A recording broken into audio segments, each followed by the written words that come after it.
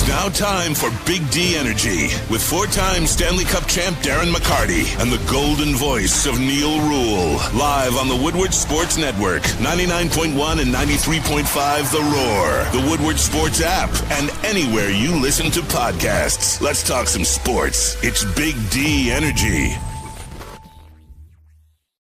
Yo, yo, yo, welcome back to another episode of Big D Energy right here on the Woodward Sports Network. We're live from Big Boy in Taylor. That is right. We are getting it in. Stick is in for D-Mac, Darren McCarty. We have Sam Flannel here. The legend that is Sam Flannel. He is here. You know, legend is this was named Big D Energy after Sam Flannel. Absolutely. The legend that is told here in Taylor. Yes, and we have Westy. We have Westy assuming the role of Spencer Raxter here today. So my guy Alex in the house. Happy to have you all with us. Remember, if you're watching on that YouTube channel, jump into the chat. And you guys are in there already. You guys know how it works, too, because Detroit Dab are always the first one in there. And I don't know what kind of special powers he has, but he does it. But like we said, we're in the grips of Strawberry Fest here at Big Boy. Big shout-out to Annette and everybody here at Big Boy. Treating us the way they always treat us, Stick. Yeah, I mean, this one's beautiful, too. Downriver in Taylor. We're right off Telegraph, just south of 94. So come on out, hang out. We're going to be here all day. There's actually a cook that works here that named his daughter after Braylon Edwards. So, for real? Yeah, he gets off at 2. He says he lives, like, right around the corner. He's going to go get his daughter and bring her back when Braylon and Ryan are on later. Oh, that's dope, man. Yeah, isn't that cool? And this happened at the last Big Boy we were at, too. And a guy came up and was like, I named my son after you. So Braylon caused this ripple effect of names flowing through the entire state of Michigan, which is pretty cool. Right, and you know what else is going to happen now? We're going to see an outbreak of Sam Flannel names for children because the way that man, and D-Mac will be out until Tuesday. He's still trying to recoup after the savagery that was placed upon him by Sam Flannel. AC in the YouTube chat thread says that Sam is goated. Yes. And, you know, he went in there and went toe-to-toe. Were you... I don't want to say uncomfortable, but I don't want to not say uncomfortable. That exchange yesterday. Uncomfortable isn't the word. Shock? I think shock was the go. Word. Like, right. What the heck? And I was a little concerned for Sam Flannel's health. I mean, that's Darren McCarty you're freaking talking to. And the lines that Sam was dropping, it was like I was watching the final scene of 8 Mile, and they were at St. Andrews Hall in the basement, in the shelter, and Sam Flannel's like, oh, yeah? Guess what? There ain't a Hall of Fame for fourth lines, homie. Sorry. And then he hits him with the what was the best line of it all? The really low key one. What did he say? He said Sam Flannel, what was it? It was that's why you're in the grind line, not the top line. There it is. Like Steph Curry. It was right. It was like he went to Cranbrook. That's a private school. And then he hit him with that, and the whole crowd was like, "Oh!" You know, like, if you have not seen the video of Sam Flannel debating with D-Mac of being a role player or being a Hall of Famer, what would you rather be? A role player with rings or a Hall of Famer without? Right. That's the crux of the discussion. That video is up right now, but Sam Flannel, I mean, he walked in today, and we had to literally pry the doors open for his balls. Like, dude, if you've seen South Park, when Randy had, tried to get testicular cancer, and he had to carry him in a wheelbarrow. That was Sam Flannel. That's Sam walking in. That was a character based on Sam Flannel. so that is what we saw. And he's getting his props right now. He's getting his flowers, as he should. Yes. And we're here for it. We're glad to see it. And, we're going to get it in today. We're going to talk some Detroit Tigers. Yes, Austin Harris. Ready to hear about the Tigers blowing a lead in the ninth for about 30 minutes. I get you 20. I can get you about 20 on that. Rogelio Castillo, our Tigers insider, is on site. He will join us coming up at about 24 minutes from now. But, yeah, I think you do have to talk a little Detroit Tigers today, Austin. I'm sorry. I mean, I don't know which direction you want to go. Tell me which direction you want to go. We can do that as well. Steph Curry got another ring yesterday, as did the Golden State Warriors, Draymond Green, Klay Thompson, et al. And,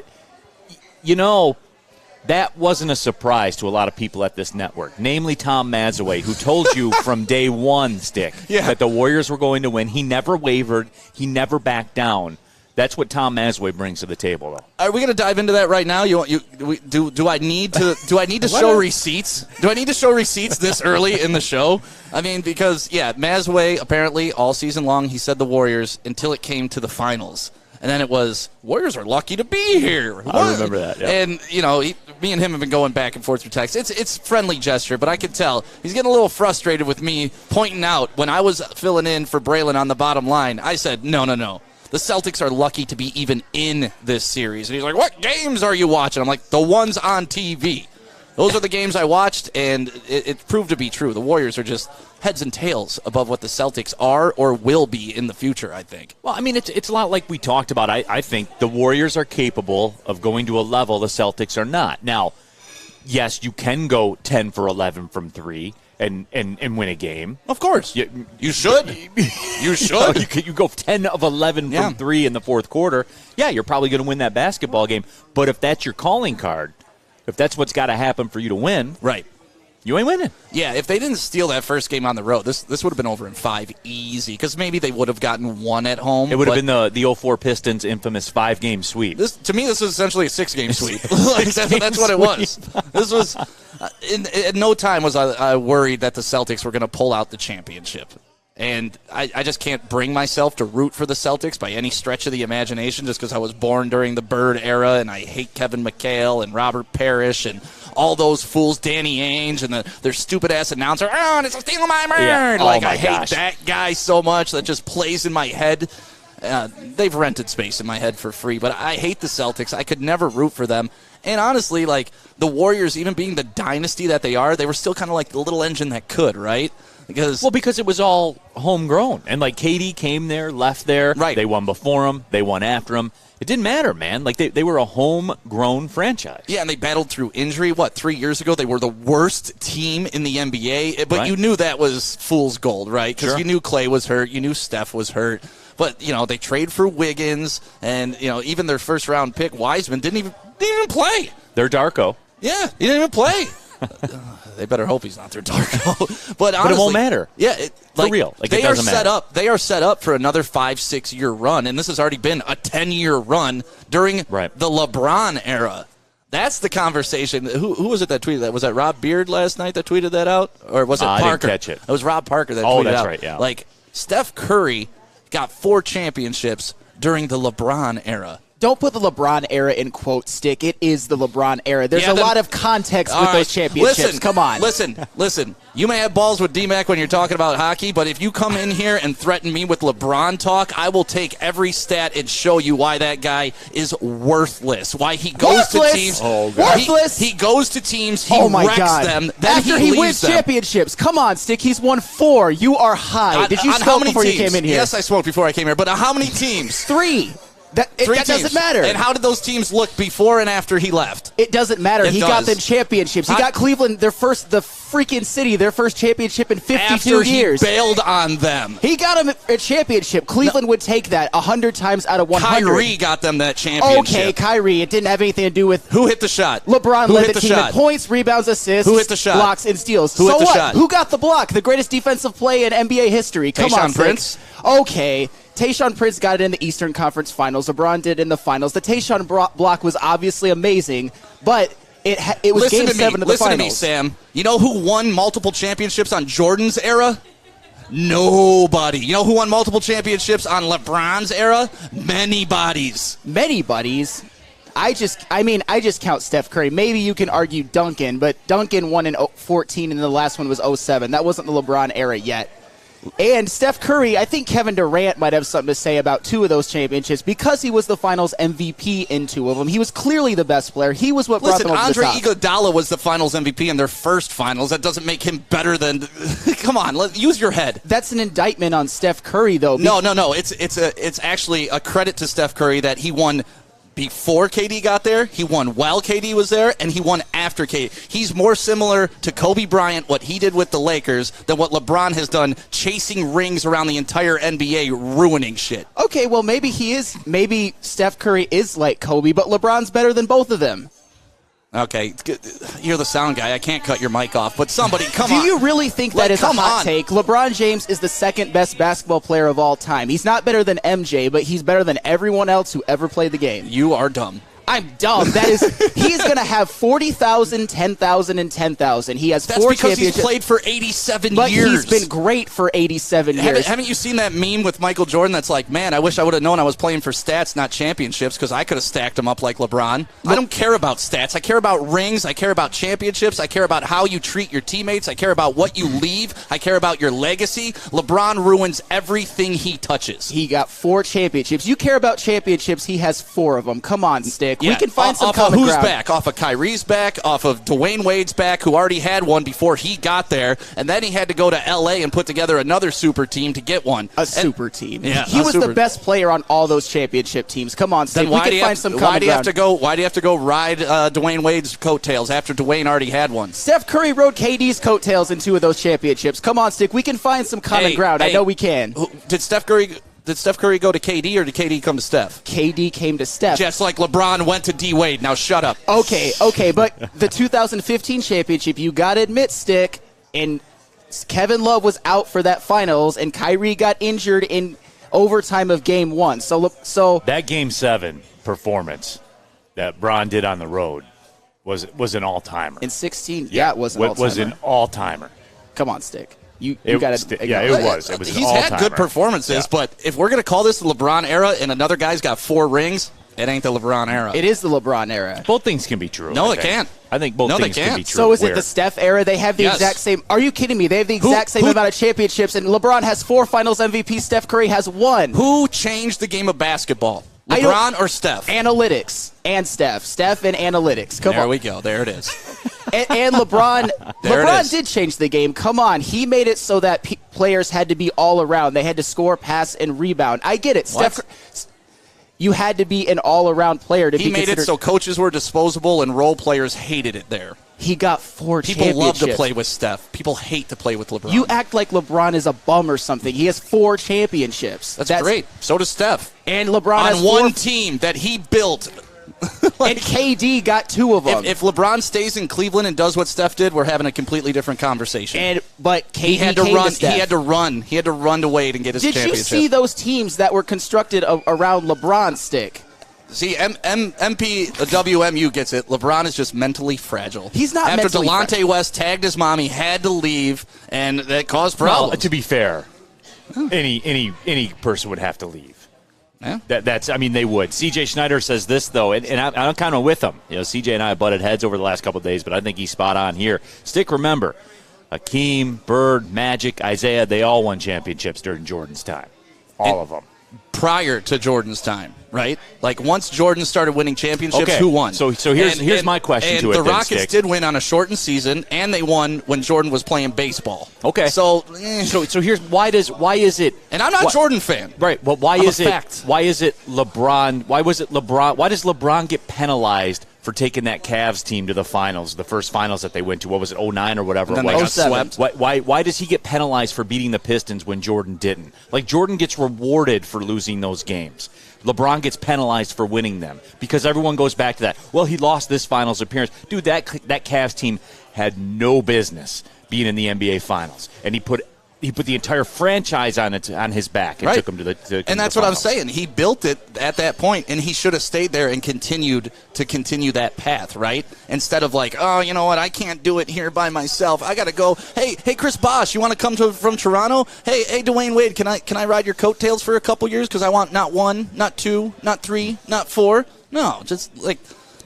Steph Curry solidified himself as this is the Steph Curry era. It is not the LeBron Steph era. Curry era. Get out of here, Stick. Wouldn't it be nice if You LeBron just got didn't- drafted to Klay Thompson? Wouldn't that have been nice? Oh, but Steph Curry, it's his will to win, obviously. Oh, wait, didn't LeBron leave Cleveland in a bad position so they got 2 number 1 overall picks? One of them was Kyrie Irving, and then he went back? It just shows So what are you talking about, It shows dude? what LeBron was working with. He was working with a team that should not have been It shows in any he needed finals. 2 number 1 picks to do anything in the playoffs, and then he came back because he couldn't build it on his own. Because every player needs help around them. Come on, you guys act like Steph Curry did it all by himself. If like I'm Kevin starting a Durant team didn't today, exist. I'm taking Steph Curry over LeBron. And that's fine. And I'm taking LeBron over Steph Curry. And I will beat you in every championship. No, you won't. Get the hell out of here. It depends on what you build around them. And this is me. I believe that Steph Curry actually may have solidified his place in the top 10.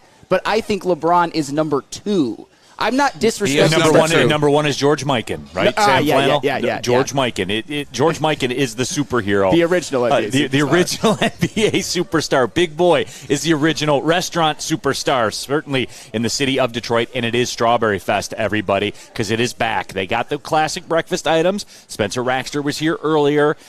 He did not partake in the breakfast this time. That made all the corporate people at Big Boy very, very happy because the material cost, the food cost will be at least under control. The overhead, all of it, at least under control for today. But you can get the strawberry French toast, the strawberry pancakes, the strawberry waffle, however you're doing it, you can do it. Not a breakfast person? Try the new strawberry bacon chicken wrap, the crispy chicken wrap, which I had just a few moments ago, the nacho wrap, or the strawberry salad, the perfect recipe for springtime.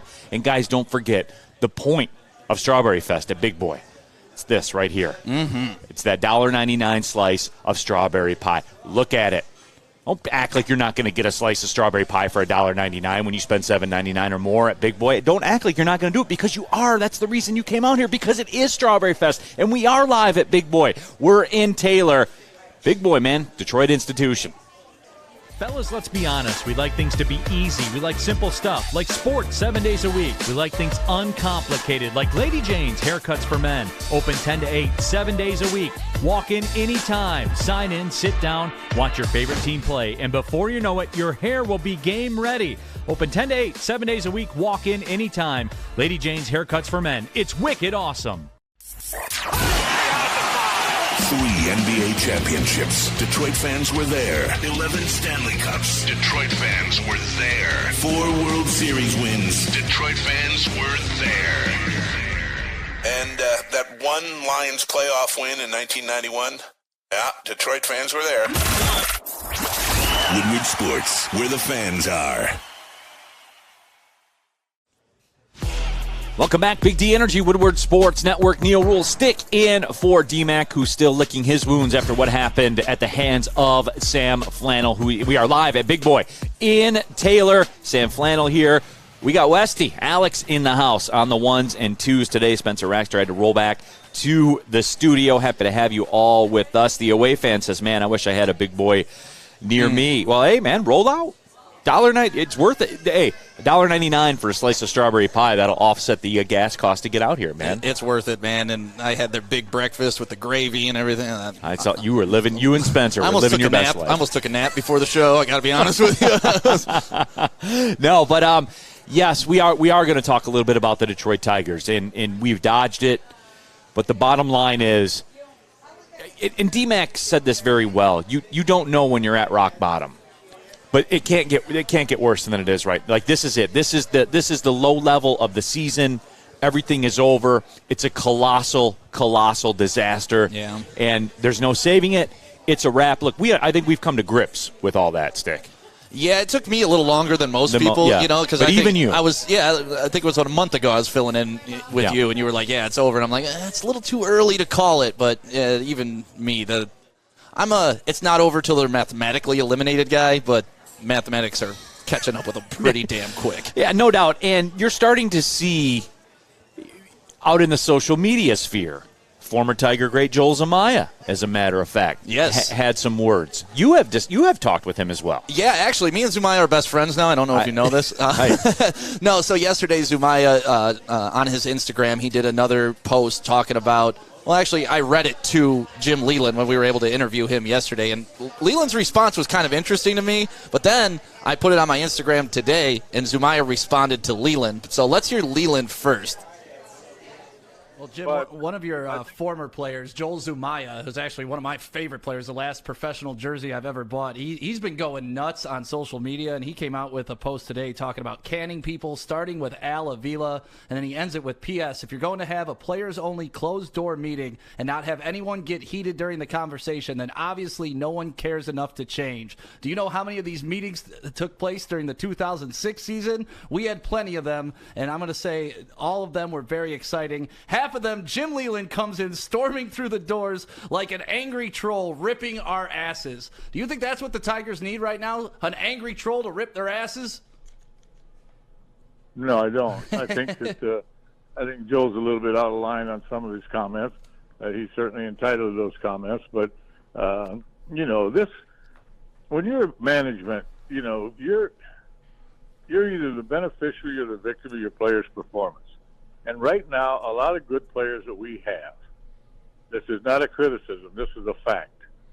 A lot of the good players we have are not performing up to their capabilities. And if they don't, we will not win. And they will be calling for somebody's head. I get that. But I think every once in a while you got to say, hey, the game belongs to the players. So when you do good, you give the credit to the players. And when you don't do good, you put it on your shoulders that you have to do a better job of managing or whatever it may be. I understand all that. But at the end of the day, we got very talented players that up to this point have not performed to their capabilities or the history of their career. I think they will. And when they do, I think we can take off. But if they don't do that, we're in trouble. And that was Jim Leyland on the bottom line. And Stick, as you talk to him, and look, to me, there was a bit of, there were some corporate takes in there. But what do you expect? I mean, I'll never be critical of a guy like Jim Leyland stepping up there and saying that kind of stuff because that's part of the job, man. Right. It is. And it's not Jim Leyland's style. He's an old school guy. He's not going to go out there and cook people and stuff like that. And he's smart. He's smart like that. Yeah, and I don't have any issue with it. My thing is, for Joel Zumaya to say Joel Zumaya is speaking out of turn or something like that, I think there's a lot of Joel Zumaya qualities to when we talk with D-Mac about Chris Draper and Iserman, and like they love the franchise. Yeah. Joel Zumaya loves the franchise. He hates to see it like this, especially, and it's heartbreaking. Like on our YouTube chat thread, Rack says, I took my last hit of Tigers Hopium last week. The withdrawals are starting to clear, and I'm realizing there's a lot more to summer. And, that's that's so sad, man. But that's what it is. And, Joel Zumaya's fired up about it. He loves the franchise. Yeah, well, like I said, I posted that on my Instagram, and I tagged Zumaya, like, hey, I was able to read this to Jim Leyland. And, Alex, you got that picture? And Zumaya replied this morning, and here's what he said. He's like, I love Jim from the bottom of my heart, but Jimmy is on that payroll, so he's got to watch what he says. And he said, laughing my ass off, Joel's a little out of line with his comments. That's what Leyland said, but he's entitled to his own comments. And he says, that's right. Yeah. So it's cool that Zumaya is super engaged in this. And honestly, like, I messaged him. He asked me for the full interview, so I sent it to him today. And he just said, hey, man, thanks for being a fan. Because I started that off by saying that's the last professional jersey I ever bought was a Joel Zumaya jersey. Yeah. It was. I'll never buy another one again. And I told him, bro, those teams, that's some of the best memories I've ever had. Like, you guys set this city on fire. Right. Like, honestly, remember in, was it Phil Koch on top of the dugout spraying champagne to all the fans? Like, that experience is something I'll never forget. Like, the energy behind that team is something that I'll never forget. And I hope we get back there. Because it's special. Like, I actually went to a World Series game at Comerica Park. We haven't had an NBA championship, an NHL championship at LCA. Damn no, we haven't had any championships at Ford Field besides NCAA Final Fours. Right. So really, the only sports team in my lifetime that I've been able to go to a home championship game is the Tigers, and it's because of Joel Zumaya and that squad. Yeah, and the bottom line is this, and Chuck Brewer in our YouTube chat thread, he and I are pretty much on the same page. The farm system's totally on Al Avila. Yeah. Period. Yeah. And there's a long sample. So what are we in year 7 of the rebuild, right? Is that what it is? That's all on him. There's no other explanation to it. That's on him. Is that in good shape, in your opinion? No, it's trash. I mean, and that's something that, like, Dombrowski never really had a great farm system because he'd build it, but then he'd parlay those into players, right? Like, he would use those pieces to trade. So our farm system has never really been our super strong suit. But, yeah, when you've elevated all these young guys to play for your real team and they're not doing well, you got to ship Torkelson back down. We discussed that yesterday a little bit, and then the farm system's starting to look a little bit better, right? You got your Riley Green, you got your Torkelson down there. But even that doesn't count, though, because you're going backwards. Yeah, I mean, and they're here. Like, they're here. Riley Green's here. I know he's not here, but he's here, if that makes any sense. Right. And when you look at it, that is all there is. Chuck says the farm system is a wheat field from the Depression era. But that's what it is, though. And so we agree on that, right? Right. Farm system, barren. Man, if only What opportunities did he have in the past to maybe improve that farm system too? Oh man, did we trade a guy like Justin Verlander? Did we trade we made some trades, and I think 2 of those guys are still in the league, and the rest of them are trade. And you guys know I saw him off 94 when I got off the freeway. This is a repeat of my take because it still rings true. You got Daz Cameron for all that. That's what you got. You got Daz Cameron. So can we agree that maybe that wasn't executed very well, at least how the trade market is concerned? Oh, we can agree on that. Okay. During that interview, though, we asked Leyland again about Avila and what he thought he's done so far. And the initial question I asked Jim Leyland was, hey, when you took over the Tigers, they're in a very similar position that they are now. What's the first step they got to take to get out of it? And Leyland said they did. They paid $300 million last summer to try to get out of it, but those guys aren't performing. He kept parlaying it and putting it on the players. He wouldn't direct it towards Avila. He's like, Avila got a guy that hit 23 home runs last year. The guy's hit 0 in Austin Meadows. How do you equate for that? How's that Avila's fault? And I kind of sympathize for him in that way, sure. Right? No, you hire a guy for production. If he's not producing, it's on the employer and the employee, but at the same time, this is weird. No, but Stick, okay, I'll give you that. The farm system, the trade market, the free agency sign. At what point do you have to do something right? At what point do you have to do something right? Now. So now. 5 years ago. You see what I'm saying, though? No, I do. And that's why this and what happened this week, this is it. This is the floor. This is the rock bottom. Right. And if nothing's done, then where do you expect me to go as a fan? Where can I go? There has to be a pound of flesh. Steve Yzerman, with the collapse that was the Red Wings, you can say what you want about how historically bad the defense was. There was a pound of flesh. Yeah. There was some blood drawn. Hope. And I think that's part of the reason why everybody's so pissed off at the Tigers this year is because last year, the way they ended that second half of the season, you had hope going. Like, we had expectations for this team this year. And when you have expectations, this is when disappointment happens. Right, and that's the problem with it. And AC in our YouTube chat thread says, so no 66%. So, what's that number we got to get to now to get to 90 wins? Well, they got to go 88-12 over the last 100 or something like that. You know? Can do it. Yeah. So I mean, what's the pound of? There's got to be something, Stick, right? Like you can't. If you're Chris Ilitch, you can't.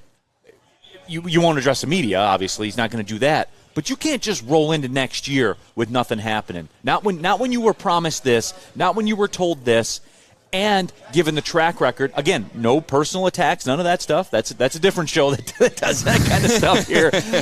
I'm just giving you facts. If you're bad at trading, if your farm system's empty, yep, and the free agents you sign, $300 million worth of free agents you sign are doing nothing, what reason is there to keep you? Think about that. Spending $300 million and getting zero. $300 million. Like, they could have peeled me off 30 and I could perform. I can hit 0 home runs for $300 million. I can do that, Neal. I am confident in my abilities. And this is crazy too. In the YouTube chat thread, somebody says it's time to tear it down. That guy's 62. It's time to tear it down. Tear what down? All right. What are we tearing down? No, it's time to build. No, but is it time to build? Is it time? I would contend that nothing's really changed, right? As far as the rebuild goes, $300 million later, 2 blue chip prospects, and look, I'm not saying it's over for Torkelson or Riley Green. Obviously, right. They're just getting their career started, and you like to believe that they'll be okay at some point. You hope, but yeah, it doesn't make sense. If there's no pound of flesh, it doesn't make sense to me. That's what I need as a fan. Do you need that, Stick? Do you need something? I need something. I need something to latch onto, right? Like, at least one guy. And Miggy, as much as I love Miggy and I'm latched onto him because of all the memories and what he's done for this city, like, we're hanging on to, like, Grandpa. Like, that's what we're doing. It's like, man, I love this guy, but damn, I really wish I had somebody new to root for. But that's up to the ownership, though. Yeah. And I already know all of this is fair. And I already know how this is going to go, right? The reason I think that were they prime free agent contenders last year, or did they kind of shop at the discount rack a little bit? Right? I mean, they made an offer that got turned down. Man, the Tigers are famous for that. Yeah. But they did spend. Ask Max Scherzer. They did spend $277 million. So, like, I have a rough time knocking them. they spent it on the wrong guys, I guess is the bottom line. And who makes that decision? The GM. Yeah, and Jack Harrington asked a question, and Jack's a Yankees fan. He says, Neal, do you trust Chris Ilitch, a.k.a. Boy Blunder, to make something happen? No. I mean, what evidence do I have to believe that? See, for me, Ilitch, he can turn this around real quick because, like, that's it. That's the thing. Like, I think he can do it because all he's got to do is open his pocketbook up. But he's got to open it up to the right people that know what the hell they're buying. But I know how this will work too. They'll hide behind the Miggy contract and things. Oh, we got obligations on the books. To whereas you have to have known for 5 years that this was going to end like this. So you can't hide behind it. Not in my book. There's no salary cap. You got the money. You just got all that pizza money deal from the NFL. Invested in your baseball Absolutely. team. And if you go to mybookie.com and set up a new account with the promo code Woodward, you'll have some more money as well because they'll match part of your first deposit up to 50% in free bets. No better place to get that action in on your favorite teams than mybookie.com. Stanley Cup Finals right in the meat of it. Obviously, the NBA Finals just wrapped up last night, but baseball, you have that going on. UFC, NASCAR, all of it, and you can get it all in at mybookie.com. Again, use the promo code Woodward. They'll match part of your first deposit up to 50%. Bet on anything, anytime, anywhere with MyBookie. Have a gambling problem? Call the Michigan Gambling Hotline, 1-800-270-7117. It took exploring 50 different formulas and hosting countless taste tests, but we believe Gypsy Vodka is the smoothest vodka on the market. Don't believe us? Ask the owners. We're Mike and Adam Kazanowski with High Five Spirits Distillery. We're in close to about 1,200 locations throughout Michigan. We wanted to create a brand that was geared more towards freedom, love, adventure, and at the end of the day, we really wanted to tell a story that inspired other people to take risks, follow their dreams, whatever that might be. Make sure you're listening to Woodward Sports all day long. Start your morning with the Morning Woodward Show. Spend middays with Big D Energy. Watch and listen your drive home with the Bottom Line. And don't forget about Woodward Bets Daily. All live, all right here on the Woodward Sports Network. Telling you about Big Frog. If you got an event coming up this summer, a family meeting, family reunion, stuff like that, and you want to get T-shirts done, they can do it with a quickness, 24-hour turnaround, plus no setup fees and no artwork fees. They're going to save you money, too. Embroidery, direct-to-garment, vinyl, screen printing, and more. Big Frog has it all. Go to bigfrog.com/Novi today or give them a call, 844-4-BIG-FROG.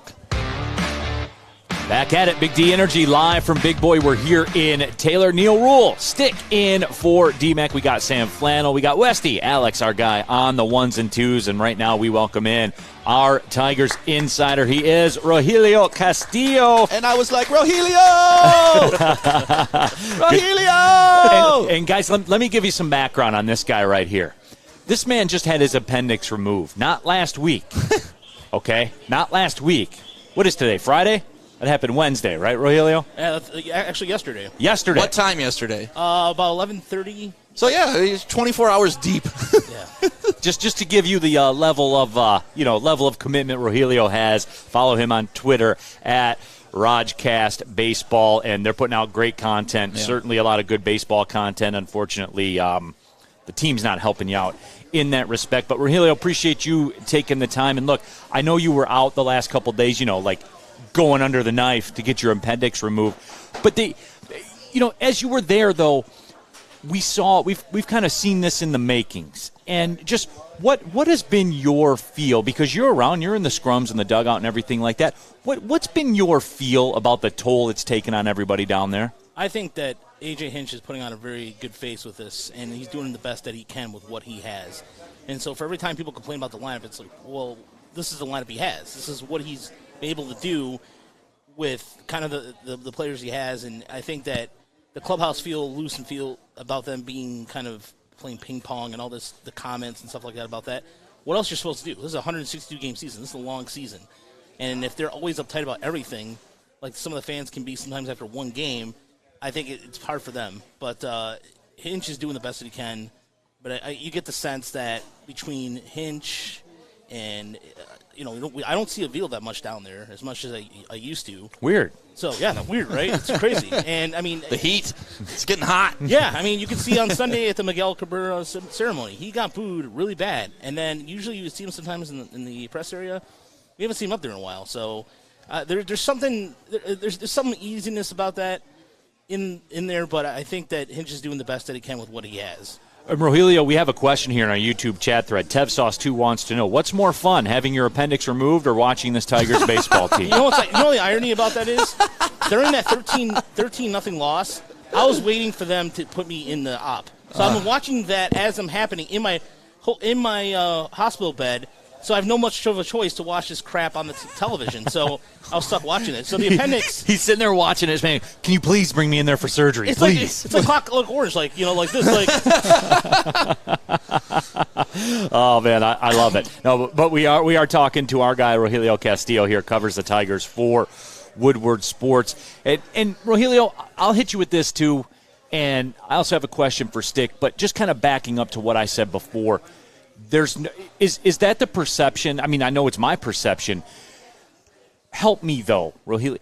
There's nothing else coming, is there? Like in the farm system, what was it? Jackson Jobe in 4 years? That's what you got for me, right? No, I mean they have. So Riley Green is down in Toledo right now. That doesn't count. He's here now. That doesn't count. Okay. Fair enough. He's been in the league. Yeah.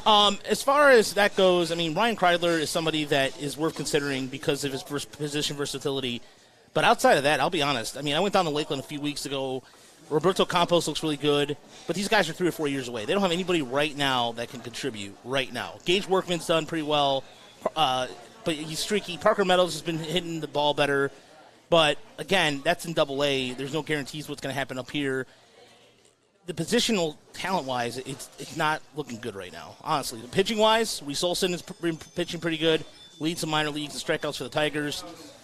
They have some really good pitching pieces that they should trade to get some bats because they don't have the bats right now that can come up and make a difference right now, Neal. And honestly, you talk about people. I know they're talking about, like yesterday, having Spencer Torkelson go down. But for who? Who? Right. No, I mean, like, there's nobody down there. I mean, you can tell me that Quincy Porte, who is an independent guy playing Erie, is going to be the answer? Hell no. I don't think it's sending him down because I'm looking for an answer. It's sending him down so he can get some confidence. Give him a back. blow. That's what I'm looking for. When I'm talking about sending him down, I'm not looking for the exchange. And anyways, who they're going to send up that's going to be worse than 187 batting average? Who cares who they send up? Let him go down there, start being the man again, and get some confidence when he comes back up into the majors. I think it's kind of like a false confidence. So you go down there and match in AAA, you've already conquered AAA. He already did that last year. He doesn't need to prove anything else in Toledo. He needs to prove it up here. Yeah, he needs to prove to himself that he can hit again, though. Baseball, I played baseball until I was like 24 years old, and, you get in these slumps, and you start overthinking, and you just start losing your natural swing. You're trying to adjust. You're thinking about so many things other than just getting up there and doing what you did to get you to that point. So I think just getting him back down into the minors, letting him feel a home run off the bat again in a real game, and the crowd, and you just... There's something about that, and there's a reason why that's been done many times in the major leagues. I mean, look at Max Scherzer. There's a prime example of he came up, he struggled, they sent him back down to the minors, then he came up and is a damn all-star. Well, the difference between Max Scherzer and Spencer Torkelson is that Max looked at the tape. He actually looked at the videotape and went, you know what, my arm slot's off, I'm going to fix it, and he was able to fix it. With Spencer Torkelson, he's looking at his process and looking at the fact he's hitting a ball 100 miles an hour, I think he had a grounder at 106 the hit he had yesterday. But the problem is that he's not doing much else. Right. So maybe give him that false confidence going back to Toledo, but I don't know. I look at him defensively. He's a major upgrade from what they've had over there in the last couple of years. And that's facts right there. I mean, right now, Rogelio, what are they thinking? What do you think the thought process is? Because with Torkelson, as Stick said, it's apparent he could use a blow. I mean, we will say that. But is it where that's why they want to keep him up here right now, to do that fight or flight? Like, you need to figure this out, man, because this is real life. Yeah, I think so, because if you look at the way they've been aggressive with minor league assignments, players are getting up quicker than they did under their previous regime because they have with Ryan Garco doing a lot of things down there, they have they're being very aggressive with assignments for the first time in a long time. And I think with Torkelson, they're doing the same thing.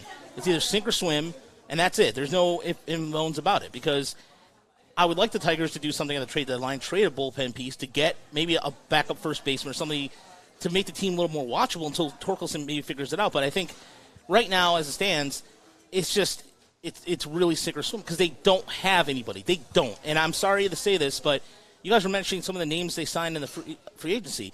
Those names were pretty good. I love how everybody praised those names. All of a sudden, everybody's like, well, Baez was a bad idea. Yeah. Rodriguez, like, get out of here. Everyone gets real smart when they have hindsight, don't they? I was consistent about the Baez thing. No, you were. No, you can confirm. Yeah, confirm that. No, I will say Neal Ruhl, since day one, was like, no Baez. Yeah, well, the Javi Baez experience. Like, understand what you're signing up for. I don't think people understood what they were signing up for. Lots of strikeouts. Lots of strikeouts, wild, flashy plays, long hitless streaks, smoking hot series, then all of a sudden back, like that's the Javi Baez experience that we knew that we were getting. But Rogelio, this farm system, man, and people are talking about like Ryan Kreidler. He's pushing 25, dude. Like all these guys we hear about with the Tigers, it's all 24, 25, 20. You're not a prospect at that point, man. Like, look at the way the Dodgers do business. Look at what they do with the Great Lakes Loons. They take their 18, 19-year-olds, and they put them out there, and they go. And you're either up to the big club by the time you're 22, or guess what? It's a wrap. Yeah, I mean, everybody talks about Kerry Carpenter, but he's 24. And what he's doing in Erie is pretty cool. It's spectacular, don't get me wrong. But he's also not walking, and he's striking out a lot. And what you're doing in Erie at 24, if he was doing it at 19, I'd be like, oh, wow, let's say something. Yeah, 100%. But you have Colt Keefe right now who's down for the year, and that was a big story because he was 20 years old, hitting at West Michigan and high. That was a story. And you got some guys down at Lakeland that are like Campos, you have Isaac Pacheco, names to look out for, that are actual hitters, that are under 20. And Campos this month is batting .361. It's not with power, but he's still hitting, and he's actually walking more than he's striking out. That's progress. But nothing right now other than that. And you're absolutely right about the old, prospect part of it, Neal, because you're going to we'll call Kerry Carpenter up to Toledo. What difference is that going to make? Toledo's outfield's already bleak as it stands. What about Crash Davis? Can we call Crash Davis up? But no, it's like, I mean, if Carpenter could hit, he would be up here. That's as simple as that. But he's not. So let Erie enjoy him for the playoff run because they're trying to make the playoffs. They're trying to sell tickets and let them go from there. Yeah, and Chuck says, Neal, fans don't have the job to get the trades right, though, and that's exactly my point. So I'll sum it up to you like this, Rogelio. With Al Avila, with the Tigers organization, with everything that's happened this year, for all the hopium that was just being slung outside of Comerica Park in the streets, man. So I mean, good. It was blue magic. Oh, right here. It was blue right magic to the vein, out there. baby. No, but at Comerica Park was a trap house on opening day. But anyway, that's why I had so much fun. There's got to be a pound of flesh, right, Rogelio? Something, and I do care. I want more. Like I don't think it's a secret what I want, but even. And I know this is wildly overblown in this town when people talk about the hitting coach and stuff. There's got to be something. Somebody's got to pay for this, man. They do. They have their 2.71 runs per game is the lowest, will be the lowest since integration in 1947. Woohoo! We did it. Ladies and gentlemen, if we you have a chance, they said it couldn't be done. Haters, suck it. You didn't think we could do it? Suck it. We could be the worst ever. And you know what? If you're going to be bad, be the worst ever. They have, in terms of, Jay Jaffe from Fangraphs did a fantastic article you should check out. Their WRC plus weighted runs cross is 70. 70. The next closest team is the Chicago White Sox in 1968, 79. I mean, for Christ's sake, we were doing the podcast last night, and we're like, we can't explain it. I wish I could explain it to you, but as much baseball as I've watched, I cannot give you a rational explanation why this team cannot hit. You have one home run. You have Willie Castro hits a home run the other day. It's the first home run since June 2nd. You have 31 home runs as a team. They want to watch Aaron Judge get out home run the Tigers himself. Or it's a laughing stock. It's a national joke. You're right. I want my pound for flesh. I'm tired of it. Yeah, something's got to happen, brother. And I know I'm supposed to be a reporter and supposed to be calm and objective and call the facts, but the facts of the matter is this team sucks. Yeah. All right. Well, hey. Well, see you later. Hey, Rogelio, dude, I do appreciate you coming in, man. Man got his appendix taken out yesterday, for Christ's sake. And look what you're doing to him, Tigers. Like this. I don't think the Tigers understand. Like, if a team member's watching right now, is this what Joel Zumaya is scooching back to him? That's what he's talking about. This is how you're affecting health. in the city. This poor guy has a job to do, and you're making it harder on him. So, yeah, Tigers, for Rogelio's sake, can we give this guy at least a fun weekend to report on? Can we do it, please? I'll follow him on Twitter, Rajcast Baseball, at Rajcast Baseball. Rogelio, appreciate you, brother. Thanks, man. Yeah, Thanks for having me. Love guys. you, Rogelio. Absolutely. Let me tell you about Planet Fitness, everybody. That's right, home of the judgment-free zone where you can work out in a non-intimidating, judgment-free atmosphere. Membership starts at just $10 per month. Black card option out there as well, $24.99 a month, still less than $1 a day. Get you unlimited use of the amenities, unlimited tanning, hydro massage chairs, total body enhancement, all of it. Plus, you get access to every single Planet Fitness in the world. Over 2,000 Planet Fitni. That's a plural for Planet Fitnesses, Stick. I don't know if you knew that or not. But you can also bring a guest, too. Unlimited guest privileges. Join today in club. You're going to pass 2 or 3 of them on the way home. Or jump on that computer right now, planetfitness.com, where your fitness is essential. 6 dark corners, a driveway and a patio, 5 windows that could become doors. Every house has unique security challenges. Guardian Alarm has more tech, more team, and more ways to help keep them all safe. Get a professionally designed and installed security and smart home system from Guardian Alarm. Sign up today and get a free video device. Guardian Alarm. Smart, right from the start. Call 1-800-STAY-OUT. Hey, Scott from Woodward Bets. Man, what a great week we've had. We've been doing nothing but kicking them sports books' butts lately. So make sure you're following us along at 4:30 on the Woodward Bets YouTube page. Hey, you also got to make sure you download oddstrader.com. It's got live scoring, play-by-play updates, and it's the best place to check all the odds at the sports books. But hey, let's stay hot with another winner for today. You know what? We're going to roll with the Yankees to beat the Blue Jays. The Yankees have been absolutely on fire. Woodward Bets, oddstrader.com. Check it out. We are the network for Detroit by Detroiters. Welcome to the Woodward Sports Network. You know, we're talking about the Tigers overhauling the entire thing. Well, maybe they should just hire Alta, because if you want to get a big project done, that is where you go to, because uptime matters, and I've waited 7 years for this uptime with the Tigers. With Alta, probably could have been done in a couple weeks. So let's get Alta, maybe the new GM of the Tigers. But if you got a big project coming, they rent all the big equipment for you. All you got to do is give them a call, 844-GO-TO-ALTA today, and then go to alta.com. Back at it here, Big D Energy, Woodward Sports Network, live from Big Boy in Taylor. Happy to have you all with us today. Appreciate Annette doing a great job taking care of us here at Big Boy, because it is Strawberry Fest, as you know about that. It's all about that $1.99 slice. And the shake. Of strawberry pie and the shake. A little shake. I see what you're doing there. I see what you're doing. We got Stick in for DMAC. We have Sam Flannel. We got Westy, Alex here. Alex Westfall in the house, holding down the 1s and 2s.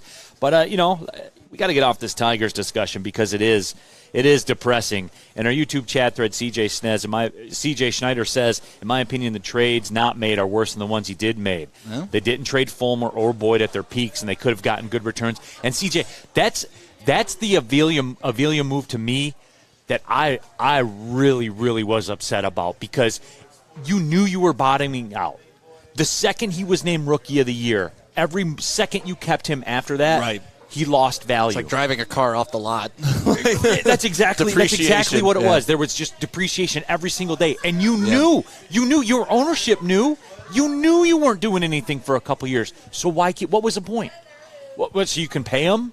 Like, for real, why would you keep him? Why? Do not expect me to come up with logic for what has been going on with the past 7 years. And see, that's one that I've talked about a lot that we don't even discuss in mass. Right. Stick? Right. Like that. Those are the moves. So tell me, again, what's the good move? Give me one, because I've given you 1,000 that were bad. Give me one good one. Right. That's so my we're here point. live at Big Boy. Yeah, no. Taylor, right off Telegraph, just south of 94. We got all summer long. Yeah. Okay. We got all summer long. Yeah, there's still 100 more games. Oh, my gosh. 100 more games. Yeah, dude. Imagine what the players are feeling, too, though, waking up like, oh, boy. Yeah. Here we go again. Gonna go strike out. Let's get into some Lions talk. Can we do that? Absolutely. And, appreciate everybody's kind words, too, in the YouTube chat thread. We had one here. From David C. Says, I love Stick. Heck, I even like Neal. Neal has grown on me. So, slowly but surely. Some Lion stuff. The hype machine's fired up. The Hopium, the Hopium Trap House has moved from Comerica to Allen Park now. Actually, it's moved national, too. Like, there's a lot of Hopium around the nation for the Lions. And I'm talking from, national pundits. And Frank Carter has expanded his operations. Mina Kimes, who is very knowledgeable when it comes to football. She is all in on the Lions if you follow her on Twitter. It's awesome. It's cool to see. Orlowski, another national guy, all in on the Lions. I've never seen this before. Yeah, I mean, and look, are we drinking the Kool-Aid? I mean, organizationally, I am. I've talked about it. I'm really all in with what Brad Holmes has done. Yep. For real, though, are you guys buying it? I mean, Westy, we got the capability to do the YouTube polls. Are you drinking the Kool-Aid this year? Simple. Be honest. Are you drinking the Kool-Aid? Yes or no? Yeah. Are you feeling it? Are you? And I know, Stick, I know you are. I drink the Kool-Aid every year, honestly, right. But you pop bottles. Yeah. Oh, yeah. Especially when they win those 3 games. I get drunk 3 times a year. No, but I'm traditionally an optimist when it comes to the Lions. Right. But like I said, now I'm being supported by outsiders instead of just me on an island. I feel like there's more optimism with me this year than past years. So I think that's fair. You're even extra hyped then. No, actually, like the more people are coming to my side, the more I'm like, all right, let's dial it back. Let's dial it back. Let's dial it back.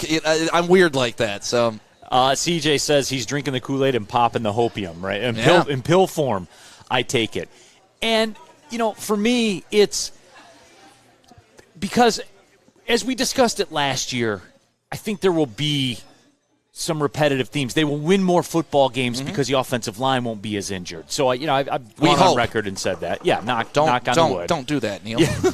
So, but for me, I think everybody's moving a little too fast with expectations. For real, I do. Because and we saw this in the beginning of the free agency time as well, where people wanted the Lions to move on everybody, right? Move on every big player, big name that was out there. Move, sign them, sign everyone, sign them all. Yep. That goes against you can see the plan working.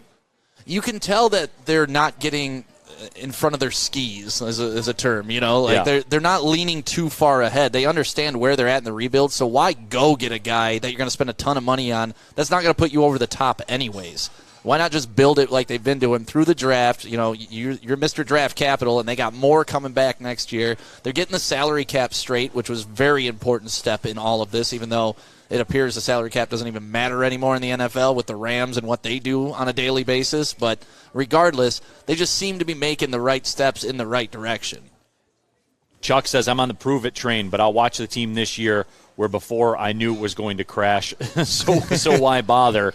Alpo says, Lions will be a dumpster fire like the Tigers.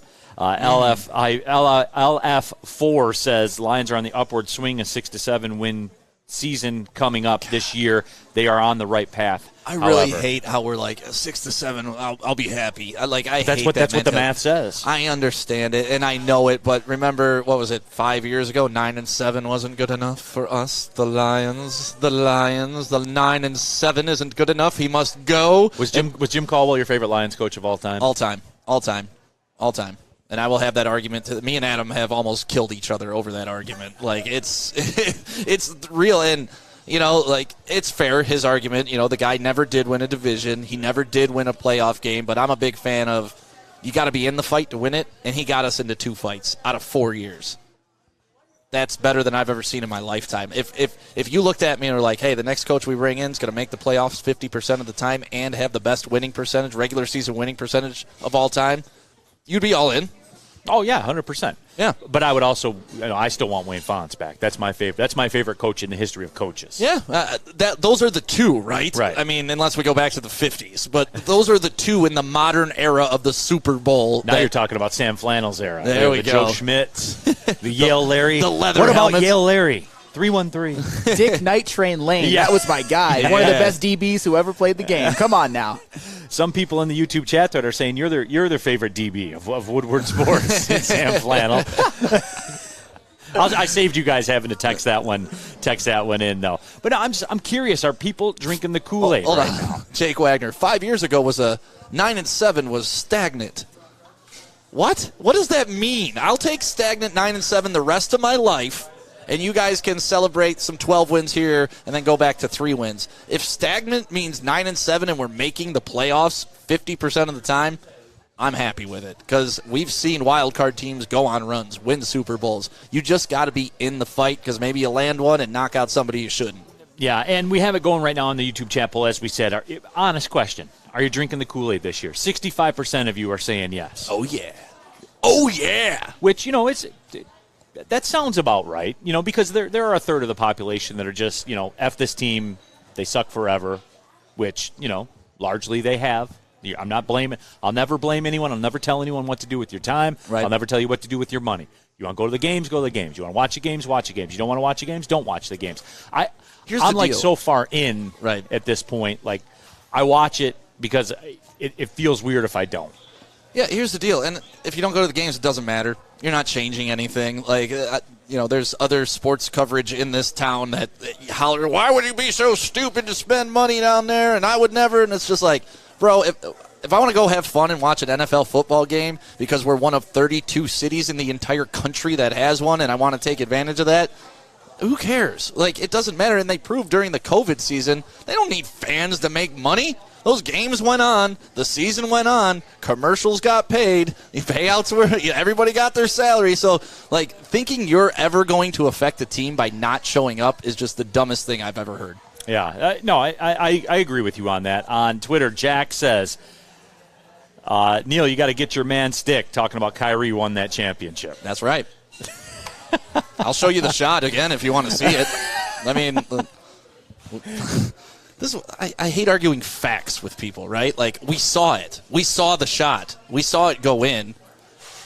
We saw LeBron lead the team in points, rebounds, assists, steals, and blocks for the series. Uh-huh. That's also a fact. That is facts. Good. The block. That's also a fact. But did he make the shots when they mattered? No, Kyrie was very important to that team, but LeBron They don't win it without Kyrie. And they don't win it without LeBron. Okay, so we're even. No, we're not And even. who hit the shot? If they're not winning it either way, but one guy hit the big shot, I'm taking the guy who hits the big shot. Okay, but like LeBron was like I said, points, rebounds, assists, blocks, and steals, and LeBron was the best player in games 5, 6, and 7. Only because Draymond Green got kicked out for kicking dudes in nuts. They still would have won. Nah, I don't think so. And the Cavs would have won in 2015 if there weren't injuries to Kevin Love and Kyrie Irving. So it's a wash. It was meant to be 1-1 either way. Just saying. All right, Steph. Yeah. All right. Well, LeBron got one in the Steph era. That's good for him. Let me tell you what one I need. The Mulligan by Gypsy Vodka. That's one that I need right now, right this second, as a matter of fact. It is the official drink of summer. The Mulligan made with Gypsy Vodka. Whether you're out on the golf course, as I was yesterday, hanging out in the backyard, the Mulligan is calling your name. Ask for the Mulligan at your local golf course or roll up on Total Wine. Score some Mulligan made by Gypsy Vodka at that store as well. And don't forget, the classic itself, the original, the OG, Gypsy Vodka. That's always a smooth play as well. Go to the store, ask for it by name. It's Gypsy Vodka. As always, drink responsibly. Life is full of hard choices. We're here to make one of life's biggest decisions as simple as possible. My name is Christina Gennari, and for over 20 years, I've helped hundreds of families buy and sell homes. We cover all of Metro Detroit and more, from large luxury homes to starter homes. We will work hard to make sure that you get the home of your dreams. So if you're in the market today or even thinking about buying or selling in the future, make the obvious choice. Christina Gennari, the obvious choice in real estate. Visit us at soldchristina.com today. Strawberry Fest is back at Big Boy. We brought back some of the classic breakfast items like the strawberry French toast, hot cakes, and waffle. If you're not feeling breakfast, try our new strawberry bacon chicken wrap. Crispy chicken wrap, nacho wrap, or strawberry salad. The perfect recipe for springtime. And don't forget to grab dessert, including our berry delicious strawberry pie for only $1.99 with the purchase of $7.99 or more at participating Big Boy locations. The only sports network in Detroit that starts with a W. You know, because we win. Woodward Sports, Detroit's winning sports network. Surprise, everybody. It is Sam Flannel with the Fulling Warehouse read today because Spencer is gone. Fulling Warehouse in Hamtramck is the home of the original football bowling game. I need a drop of that. Surprise, everybody. There are 2 ways to play, $12 unlimited open play or $120 lane reservation for up to 10 people. $2 mystery beer machine and full bar. Check it out at fullingwarehouse.com. I repeat, that is fullingwarehouse.com. Surprise! It's Neal and Stick. Surprise, everybody. Big D Energy, Woodward Sports Network, pulling up on the second hour of the show on a Friday. We're live from Big Boy in Taylor, right in the midst of Strawberry Fest and everything that is going on around Big Boy. Not in the Taylor area. Pull up on your Big Boy wherever you live around Metro Detroit. Tons of locations out there, so slide on in there. $1.99 slice of strawberry pie when you spend $7.99. If you don't get it, you're losing money. I can prove it to you economically, but just take my word for it. And we can argue LeBron era, Steph era, but it's the strawberry era right now. Right now, and you better take boy. advantage of it. Now that's a transition, folks. No, absolutely it is. But we are talking some Detroit Lions, and you guys are being honest about it. I asked you point blank, are you drinking the Kool-Aid? 65% of you say that you are, and you're honest with yourselves about it. I can respect that. Yeah, I'm getting roasted right now. You are by a couple people, and that's fine. I don't mind people being wrong. It's okay. You're allowed to be wrong, folks. Just listen, though. Sigi says, this is such an awful take by Stick. Oh, boy. Yeah. DeJuan Davis, Stick is low-key foolish. I am foolish. That's true. That's true. That's for different reasons. Yeah, I am. I'm just, that's who I am. I'm AC sorry. says, Sam, it's an easy dunk on Stick. Yeah. AC and I have really been like simpatico lately. Yeah, I kind of like that. AC's my guy. You had my back yesterday when nobody else did. Thank you, AC. Yeah, you want to know why not many people have your back? It's because you're wrong. Because it's Darren McCarty. I know that I was going up against a freight train, and that's okay. I will give you all the credit in the world for what you did yesterday, man. Like I was telling Neal this. I don't think I could ever look a professional athlete in the eye and diminish their career the way you diminished a 4-time Stanley Cup champion and be okay with it. It's really nothing. It's kind of a it's a little bit of something. No, it's a lot. I'd argue it's something, Sam. It's a blessing and a curse. I have strong convictions. I'm not a native Detroiter, so I don't quite understand exactly like the ethos of like a Detroit person and how much Darren McCarty means to them, and it's always puzzled me a little bit. I don't want people to come after me today, so we can leave it. I don't want to derail the show, but no. That's where it's coming from. No, listen, yesterday was great for many people to talk about because really that is a great debate. Would you rather be a role player with multiple championships or a Hall of Famer with none? Because I love the Draymond Green and the Charles Barkley back and forth. Like, if you've experienced that, it's hilarious. Draymond Green saying he can't sit at this table. He's not qualified to sit at this table. He doesn't have rings. And then Barkley fires back. He's like the 5th member of a boy band that think people are showing up to cheer for him. And, and both sides are right? Like, but both things can be true. Right. Like, Barkley can't have that championship conversation with Draymond. He hasn't experienced the 4 now that Draymond has. But Draymond ain't Charles Barkley. We all know that. We have eyes. And somebody in the chat put it, and I'm curious to get your take on it. We're not going to make a big topic. I'm curious to get Stick's take on it, though. If you could be Paul Kariya, career earnings, I think we're right around $90 million, or D-Mac with the 4 championships. I'd have to look at how much money D-Mac made over his career. It wasn't $90 million. It wasn't $90 million, but it's enough.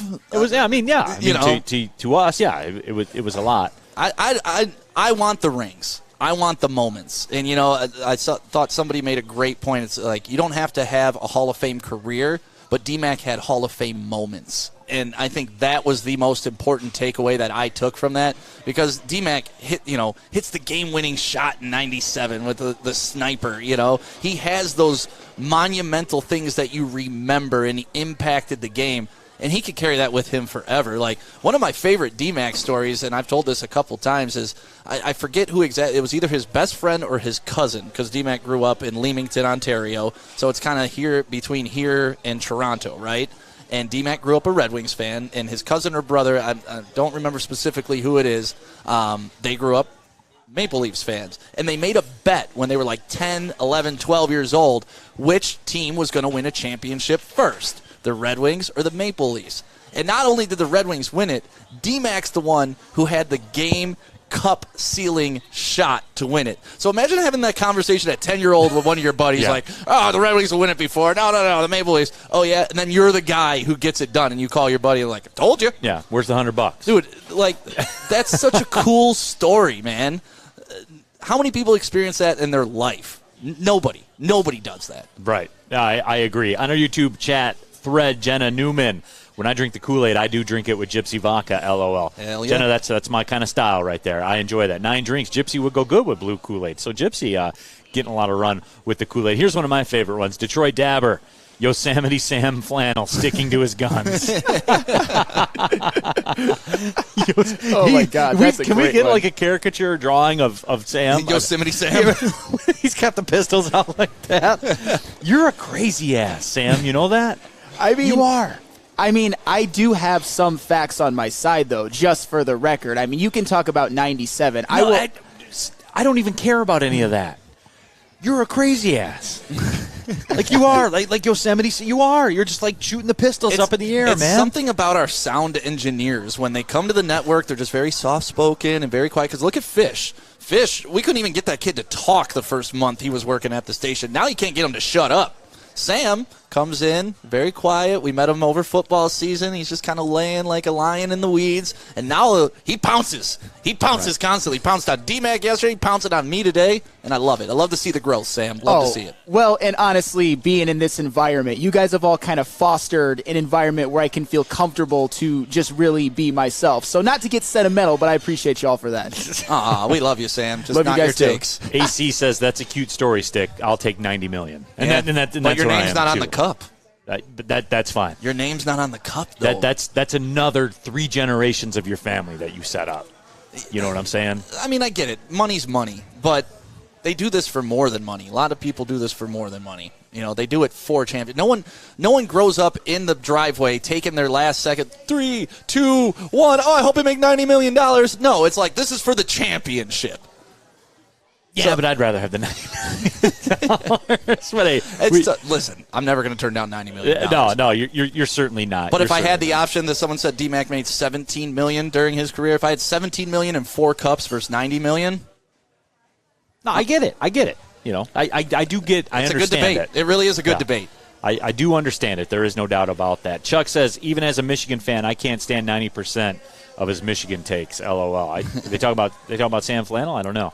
Probably me, I'm guessing. That's what they're talking about. But, you know, again, we are talking Detroit Lions, and you guys were pretty honest about it as far as, quote-unquote, drinking the Kool-Aid. And this is something where I think it's very, very plain to see, and it's very, very easy to understand. The Lions running back room. Mm-hmm.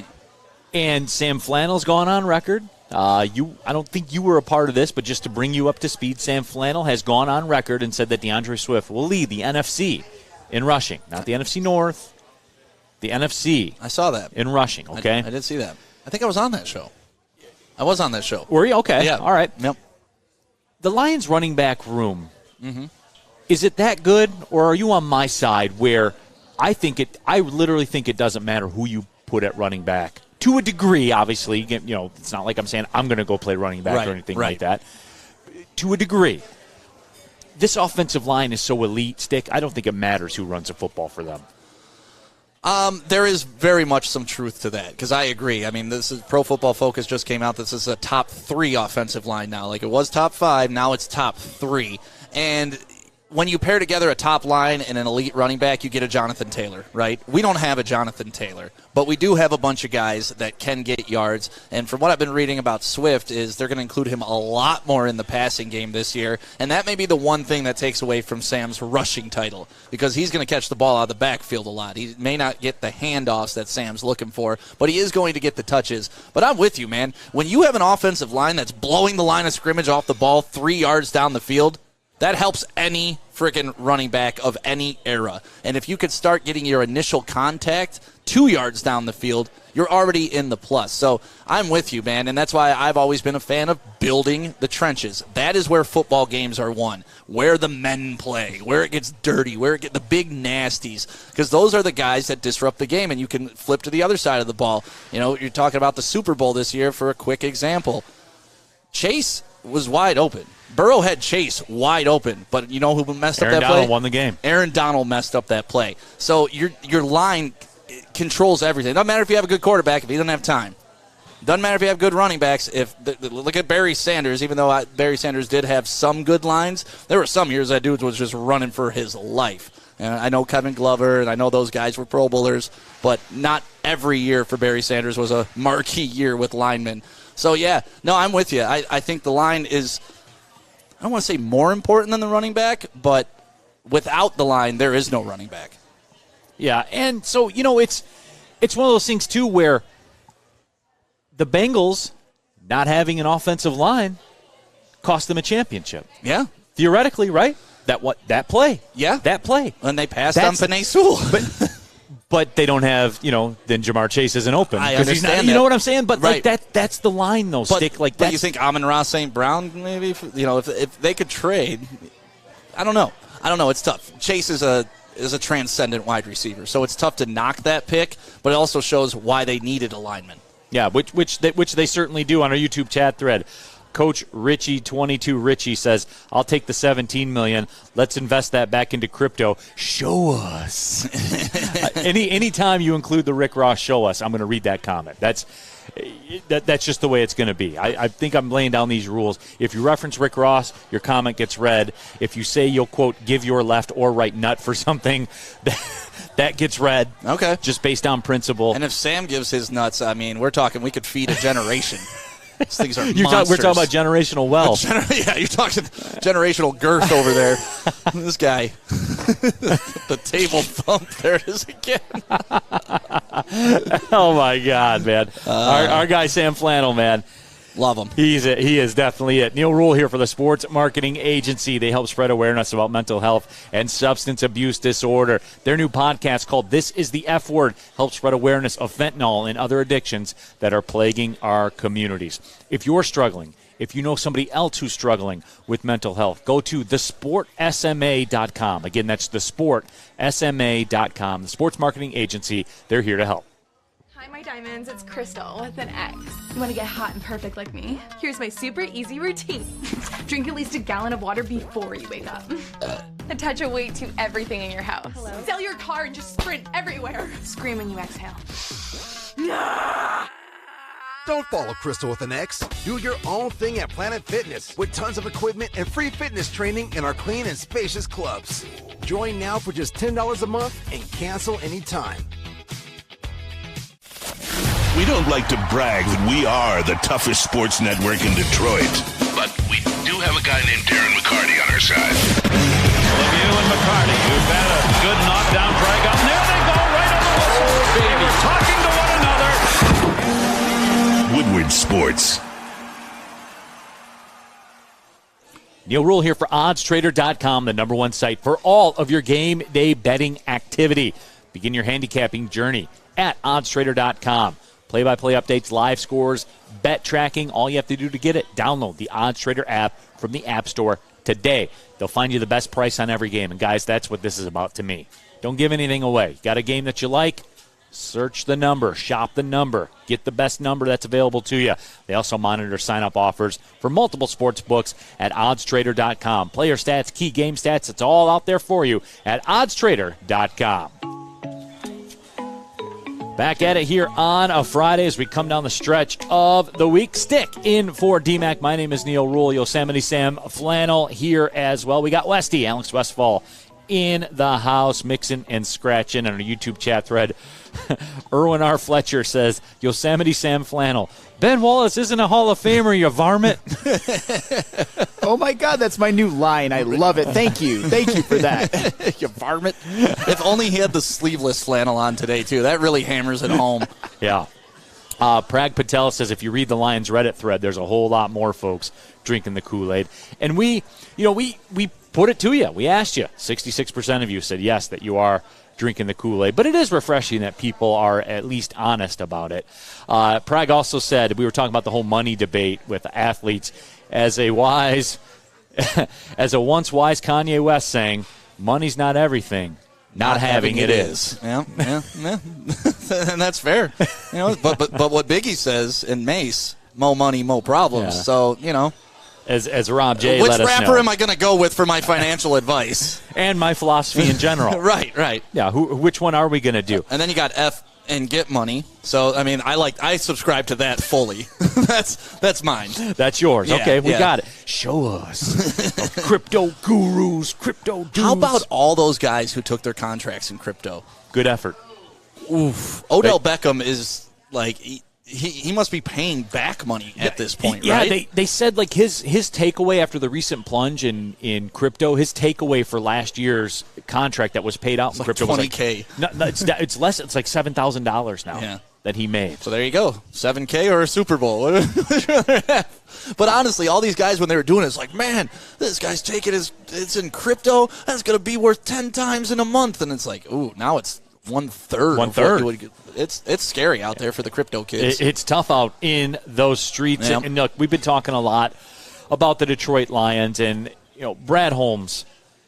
I think one thing is for sure with this team, and whether or not you're drinking the Kool-Aid in totality or whether or not you're drinking it for this season, I'm not quite there for this season as far as the Kool-Aid goes, but I do drink the Brad Holmes Kool-Aid, and I get a big, tall glass of it, like one of those plastic cups, too, that have been in the dishwasher like about 400 times where the paint's kind of wearing off the side of it. Reliable. Oh, reliable, absolutely. I put the ice in there, and I am drinking the Brad Holmes Kool-Aid, and, I don't want to put, is it as simple as if they win a playoff game, he's the greatest GM in the history of the Lions? Yeah. Is it that simple? Am I overstating that? Yeah.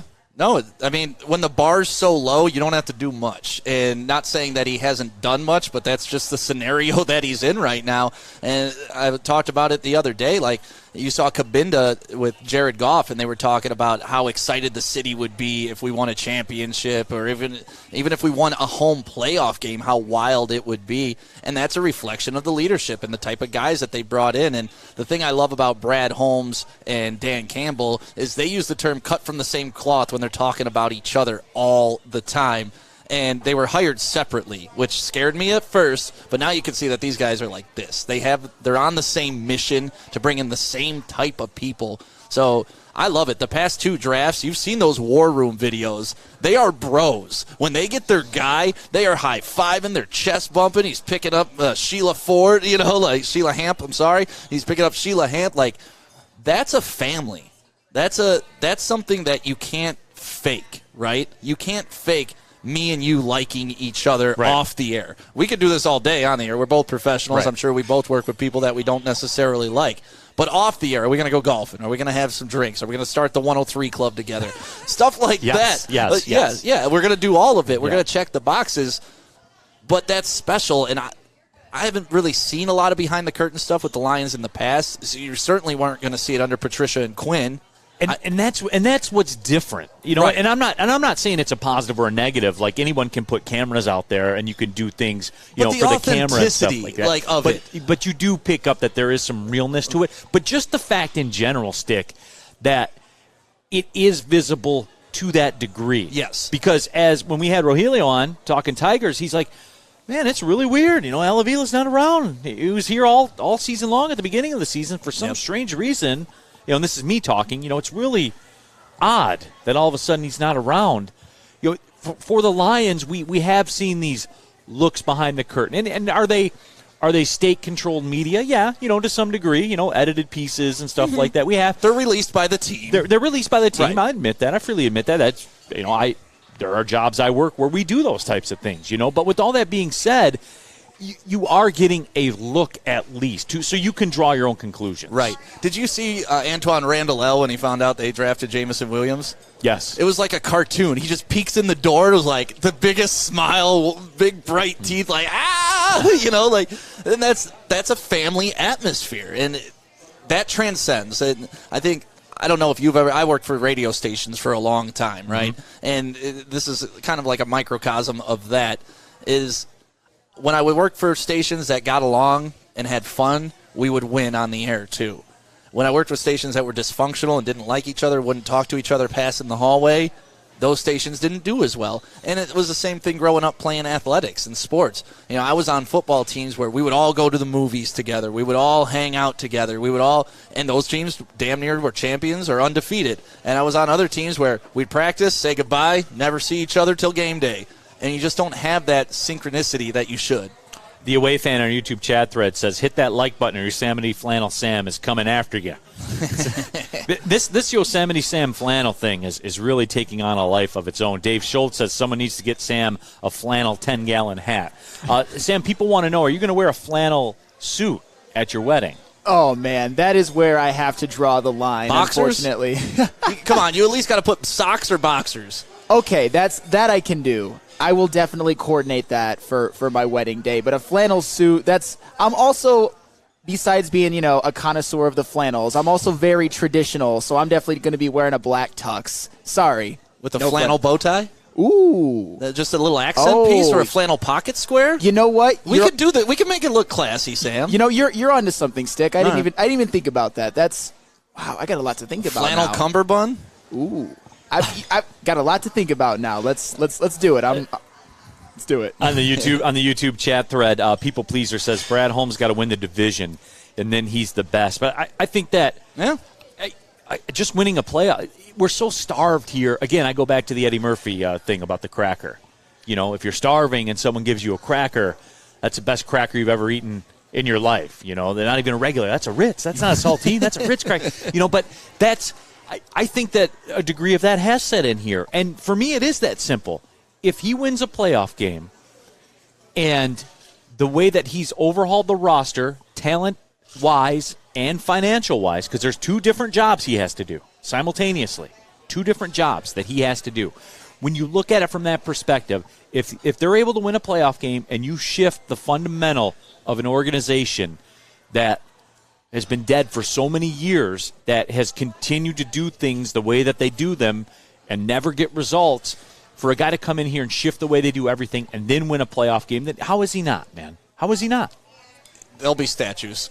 I'm serious. There will be statues if these guys, Super Bowl aside, honestly, even if they get to a point where they're winning playoff games consistently, and you looked at the graphic that came out early in the week, I forget who put it out, and it said, Super Bowl era playoff wins, and there's the Lions alone at the bottom. They don't even have a crooked number there. It's just one. Just one. And if these guys come in and do what they continue to build on what they already have, they're the best that we've ever had.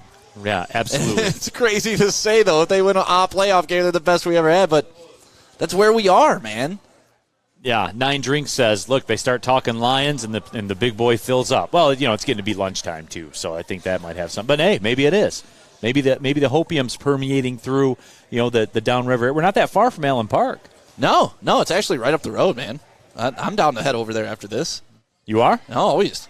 I've never been to Allen Park. I've never been to an open practice or anything like that. You never been to the compound before? No, and when we named Corey the beat writer last year, I was like, damn it.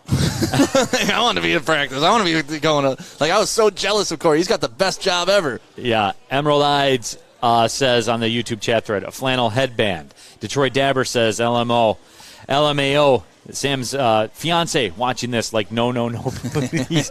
Hey, does your fiance watch the show, Sam? She does from time to time. I got to tell you a funny little story, just a sidebar. She was actually on D-Mac's side yesterday, so I was literally on an island all alone. You know what that kind of reminded me of? I'm sure you guys have seen Step Brothers. Oh, yeah. That scene where, the Brennan has a mangina, and then the mom like joins in. That was kind of like how it happened yesterday. Can you, one more time, what was that? How did it go? Brennan has a mangina. Come on, one more time. Brennan has a mangina. I like the influx at the end. No. Bree says, Al Avila's got to go. He's doing a terrible job running this team. I certainly do agree with that. Harley Fife says, do you know when the E60 documentary about the Red Wings against Colorado will be coming out? That is next Sunday, as a matter of fact. Next Sunday that will be out, so keep an eye on that. And did D-Mac tell you the story about that? In terms of? The Red Wings, hitting him up to come because they're doing a watch party at LCA for it. Oh, yeah, and he's going to be out of town, right? Yeah, they didn't even ask him to, schedule it around him or anything like that. And they literally asked him, 2 days ago, hey, you coming to this? And he was like, What? No, this is the first time I'm hearing of it. But, yeah, look for the Woodward Sports logo in that. When they interviewed D-Mac and Claude Lemieux, we put on that big production at Fifth Avenue in Royal Oak. It was such a good time.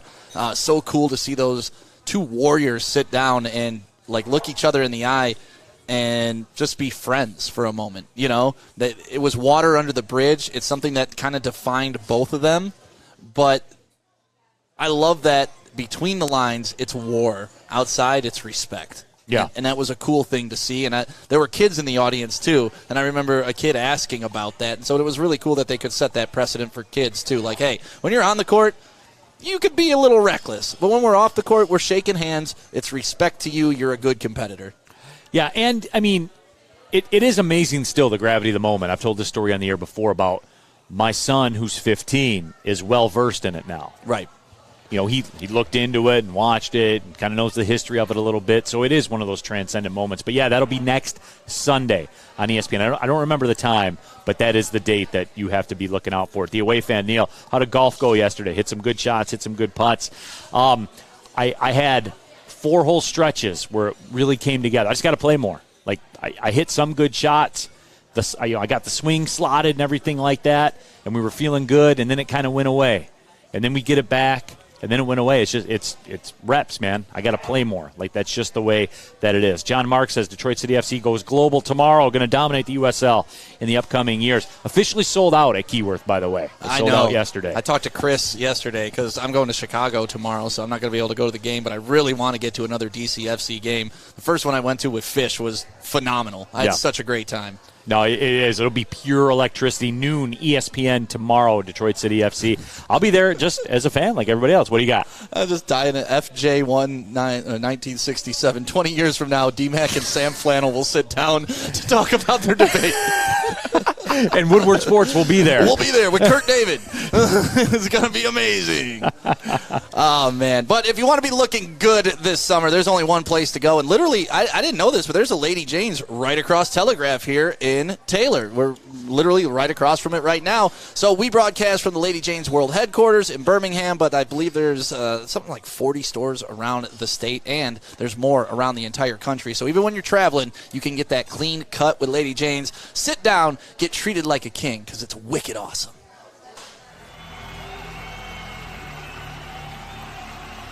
He's going deep, right side. Oh, that is Edwards out there. He goes up in the air at the goal line. Hey, it's Brett Edwards here, wanting to welcome the sports marketing agency to Woodward Sports Network, to the family. Glad to have you guys. For the last decade, the sports marketing agency has literally leveraged athletes around issues such as mental health and substance abuse. Glad that we can finally start trying to get the stigma off of mental health that's been there for all these years.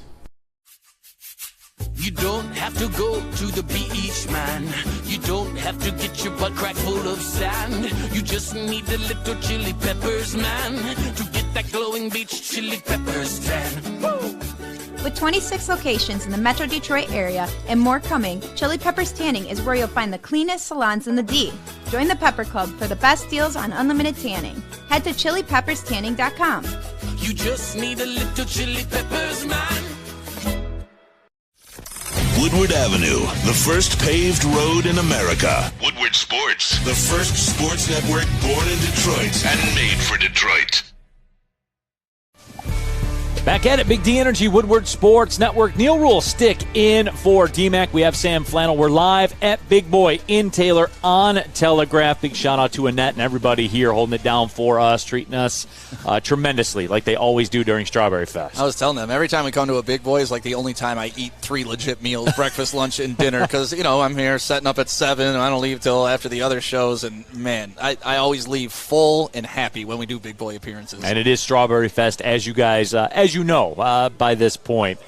And, on YouTube chat thread, 9 Drinks says, Neal, maybe you just needed some more mulligans yesterday. No, we took care of that. No, that was not the issue, as a matter of fact. That's what helped me play better. Alex Westphal can attest. I'm a much better golfer when I'm drunk. Speaking of, that's it's a slot, weird. too. That's a slot, too, like the 2 to 5. Sure. I don't really have a range. 2 to 5. Yeah, but yeah, the front 9, I'm not good. Then I start shotgunning beers and doing shots, and next thing you know, I'm driving the piss out of the ball. Right. It's the weirdest thing. Pat Riley says the Lions need a dominant decade in their division. The Vikings had the 70s, the Bears had the 80s, Packers had the 90s, the 2000s were a mixture, and Rodgers has had the 2010s. So, it is that where to him, that's his definition of how Brad Holmes will go down as the greatest GM in the history of the Lions. To me, it's just the bar so low. If you change the fundamental thinking, you win a playoff game, then you're the best ever. That's how low the bar is, though. If we do win a lot this decade, though, we can brand it as the Roaring 20s for the Lions. Yeah, there you go. Hit me up, Allen Park, for any marketing ideas. There you go. Stick. That's Wouldn't that our be awesome? guy. The Roaring 20s with the big lion and, Amon-Ra St. Brown catching the football. I dig that. We got 8 years to figure it out, fellas. Let's go. Right, absolutely. A man guy, friend bro, says, love that your Friday shows are at local businesses, support the community. Great background, too. These businesses, man, like they're the backbone of Woodward sports, too. Appreciate their support. Yeah, they support us, honestly. Right. Like it's a hand-in-hand situation. We don't exist without them, and, honestly, thank you to all of our sponsors. And it helps that when you guys see a big boy, you stop by and go to a big boy because they're supporting a local brand. They're here. They're in the community, so help them out, too. Yeah, and you get a slice of strawberry pie for $1.99. Or a shake. Or what else is here? The Strawberry Fest. And honestly, we can't forget about that brownie. Oof, that hot fudge brownie sundae. That's iconic, though. That goes across all genres and all times of year. No, there is no doubt. That is one of the things I do, because I'm no sugar guy, very, very low sugar guy. The hot fudge brownie cake, I do. No, I just it's a lifestyle. So I do miss that. I miss that, and I miss donuts. Okay. I like the donut. Good cinnamon twist donut. I don't restrict myself on anything, so I don't really know what to say. I don't miss any of that, but I could only imagine because food is like one of my favorite things about life, period. And when I got COVID like 2 years ago, I lost my sense of smell and taste. That's 40% of your senses, right? And that's big hell. blow. And that's hell, right? I'm eating tacos, which I usually love, and you just start eating for nutrients, not for taste. Not as enjoyable. Not a life for me. No. I want good food. I haven't really talked. What is it like losing both of them like that? It was very weird. Like, at first, I didn't understand what the hell was going on. Like, I literally would cut open a lemon and lick it, and then, I'd take a shot of hot sauce. I was doing anything I could to try to, get this thing going. Snap back into reality? Yeah, but you couldn't smell anything. Not smelling anything wasn't bad. I got to be honest with that. I could go without my smell. I mean, there's a lot of unpleasant smells in the universe, and I was okay not smelling, but, right. Yeah, not tasting is not for me. What do you got this year for the Lions on the if you had to pick one to make a wager and say this person's going to have a bigger impact at the wide receiver spot? Okay. Jameson Williams or Amon-Ra St. Brown? This year. See, it's tough because I know the handicap. I believe I was going to say I believe Jameson handicap. Williams is at least sitting out 6 games, right? They're going to put him on the PUP list. So it's tough, but when he comes, he's coming. He's going to be that dude, and they're going to, similar to when Josh Reynolds showed up last year, maybe around that same time. Who knows? Amon-Ra St. Brown, though, is just a freak, right?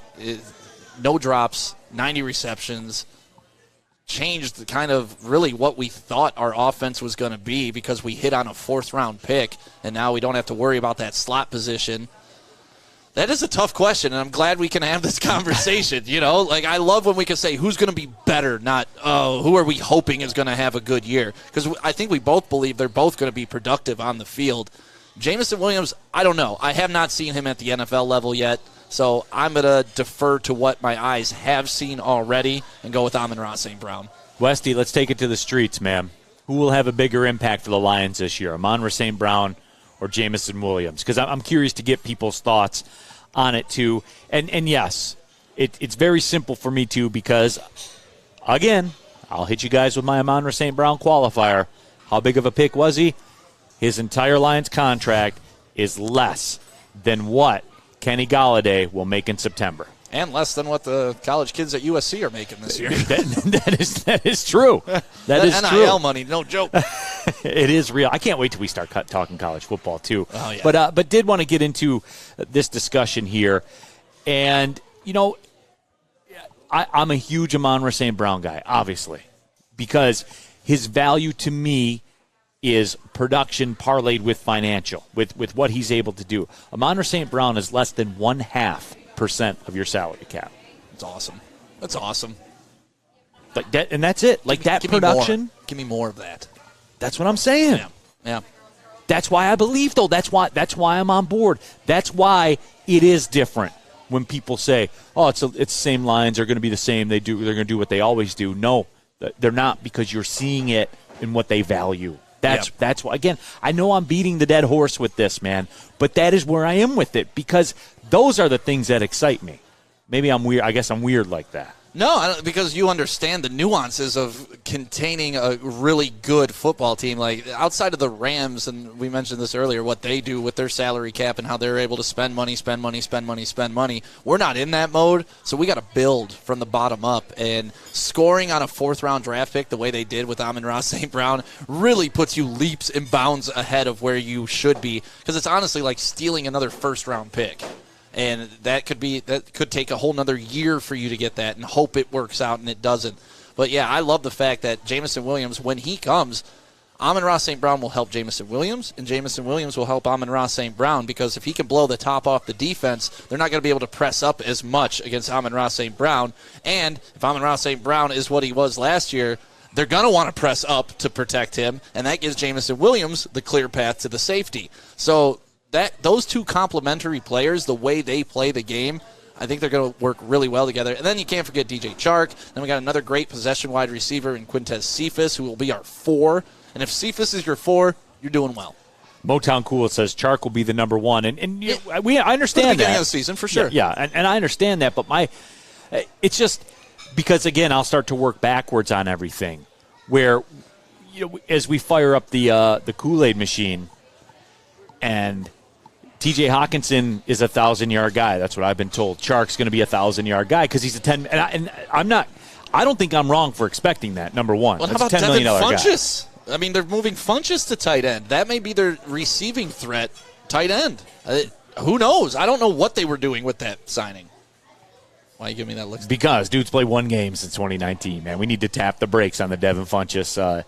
Like I said, I don't know. I'm not claiming he's going to come in and take over Hawkins, but they signed him for a reason, and they're moving him to tight end for a reason. No, and I get that, and I think it's a spin, right? They're just going to take a spin and see what happens. I think it tells me, too, though, that they are trying to keep the tight end cost lower so they can re-sign so they can re-sign Hawkinson and give him the bag, because that's what it's going to take now. See, that's why you're Neal Ruhl. You're playing chess while I'm playing checkers. I don't know about it. If I'm the one playing chess for you, you're in a load of trouble. That guy 62, Amon-Ra St. Brown, will hit God mode this year, but JMO will also benefit from the threat that JMO brings in. And both of those things are true. There's no question about that. Doughboy Steve says it will depend on which of them Goff feels more comfortable with, and I think if that's the thing, he knows what he has in Amon-Ra St. Brown, and he carried this offense the last half of the year. He's so good. He was just really he knocked me out of the Fantasy Football League playoffs. Not happy about that, but he's damn good. And speaking of, I had my Dynasty rookie draft last week. Jameson Williams fell to me at 7. I didn't believe he would.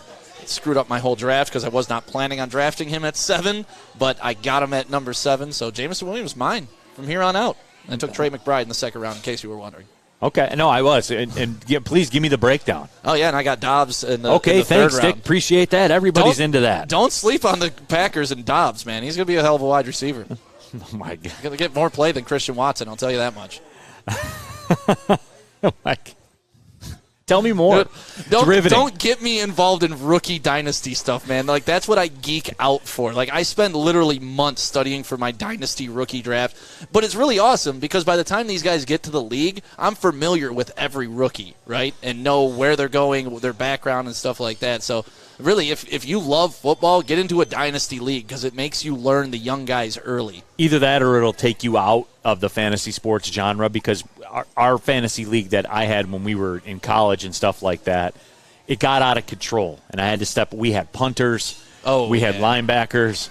Yeah. It was too much. Well, I like our setup. When you draft a rookie, you get them for 5 years. 5 years. Yeah, we had 3. Okay, so yeah. When you sign a free agent after their 5-year rookie contract, you get them for 3.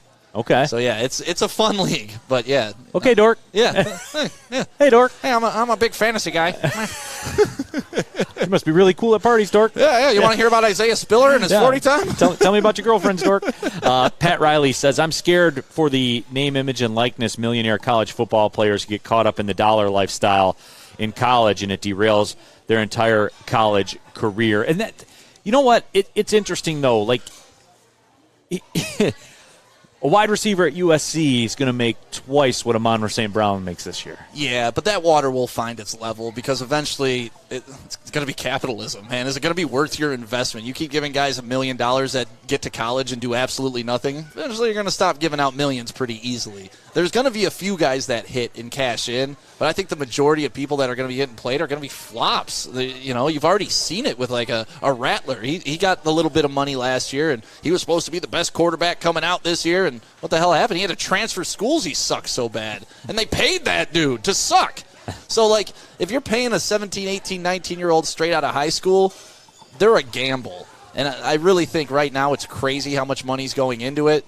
But eventually, I believe that water will find its level. I mean, it's called a market for a reason. Exactly. And as you said, the market will find its level. Unless you're Ohio State and you need $13 million to compete. That was pretty low-key smooth, though, by Ryan Day.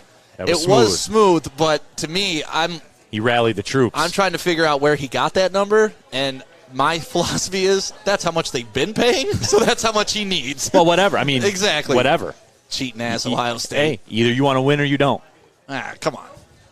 So you'd rather lose with integrity? Oh, yeah, 100%. 100%.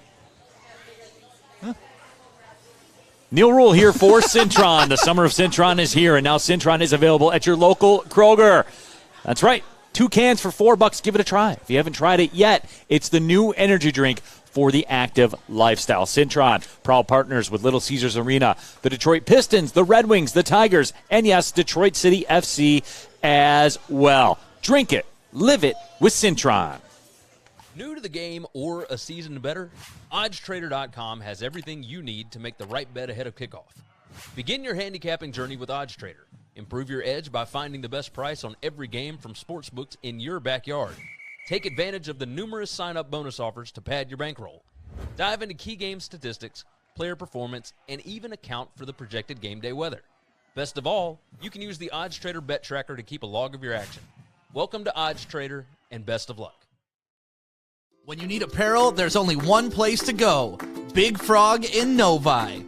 With no setup fees, no artwork fees, no minimum, and a 24-hour turnaround, you can have your whole team outfitted in no time. Embroidery, direct-to-garment, vinyl, and screen printing, Big Frog has it all in all the styles you want. So whether it's a sports team, fundraiser, school event, or corporate needs, Big Frog is your one-stop destination. Visit bigfrog.com/Novi or call 844-4-BIG-FROG. You have an opinion? Make sure it's seen and heard. Corner, jumper, tweet us, hop on the YouTube chat, slide in the DMS at Woodward Sports on all social media. Neal Ruhl here for the Monroe Street Midway. Bedrock and Rocket Mortgage turned an old parking lot into a massive outdoor playground right next to Campus Martius. Roller skating, basketball courts, a mini golf course, food trucks, live music performances, art installations. It's a fun place to visit. Whether you're out on a date, whether you're hanging out with the family, or if you're downtown before a Tigers game and you decide, hey, I don't want to go to that game instead, roll on over to the Monroe Street Midway. You'll probably have a better time over there. I'm just saying, based on how things have been going for a little while. They even have Wi-Fi so you can take your computer and get some work done in the heart of the city as well. It's Monroe Street Midway, brought to you by Bedrock and Rocket Mortgage. Coming down the stretch here on a Friday, wrapping up our Lions discussion. Who will have a bigger impact this year? 69% of you say Amon-Ra St. Brown over Jameson Williams at 31%. That was about what I expected. Yeah. Just, because you do have the handicap built in with Jameson Williams, you don't know exactly. Probably be a pup-less situation. That's the thing. If he starts out the season playing, this is a different conversation. But since he's injured, we got to kind of pump our brakes on him. Look at this. 9 drinks. What are we doing here? Ryan Day is not related to me. He doesn't have this blood. He was born on 3rd. I was born in Trailer Park. Completely different situations. Jack Harrington says hashtag nerd. Nerd. Nerd. Hey, cool fantasy league nerd. Yeah. Well, thanks for playing. The NBA draft is next week. Hey, guys. Hey, What's it's up, Tom Maz? Mazaway. It's Tom Mazaway. It's Mr. I Hate the Warriors himself. What? This man told you the Warriors were going to win. No, he said the Warriors were lucky to be in it. No, he said from day one they were going to win. No, he said the Warriors were lucky to be in it. Stick is misconstruing my words. Hey, I said the Westfall Celtics were taking control of the series. No, you literally said the Warriors are lucky to be. Westfall, can you settle this debate for us, please? I can't believe Golden State's still in this thing. I think Same shirt. The Celtics are lucky to still be in this thing. I don't think. Honestly, I I think the don't believe Celtics that. stealing Game 1. This should be 3-1 right now. No. It should be. Yes, it should. It should be 3-1 Celtics. No, it should be 3-1 Warriors. What are you right watching? Now. The basketball games that are on TV, Maz. I don't know what you're seeing. Are you wearing like rose-colored glasses? What happened in Game 1? They had to come back from 20 down, shoot 9 of 10 from three-point land in the fourth quarter. That never happened again in the history of basketball. 16? Huh? 40-16 in the fourth quarter on the road. Yeah, they got lucky. They came back. That's in the fourth. luck? 9 out of 10 three-pointers in the fourth quarter? Yeah, that's luck. That doesn't happen often. No. Okay. Or ever. The I don't think team I watched get beat 40-16 looked like they were gassed and out of it. And then what happened the next game? They came back and they beat them at home and like beat they them. should. Right.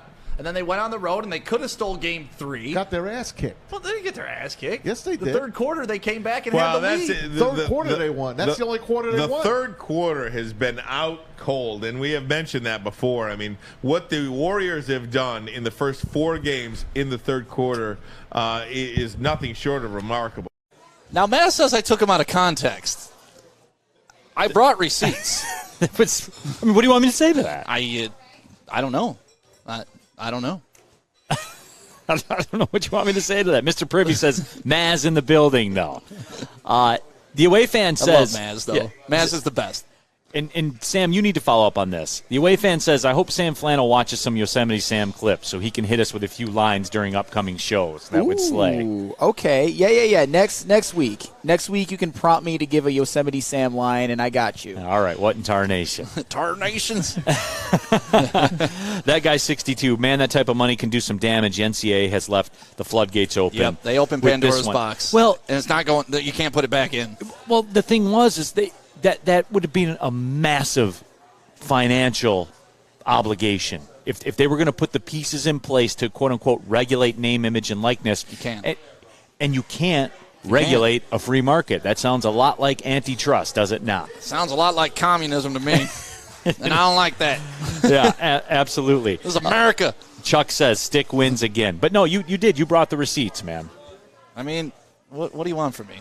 I try to be nice. I try to play nice, but when he's constantly telling me I'm not, like you're misconstruing my words. Like, no, those are your words. No, that's a direct quote, a full clip too. It's not like I took not even a 10 quote. second. It's you speaking. It's you telling me the Warriors were lucky to be in it, and it's me telling you no, it's the other way around.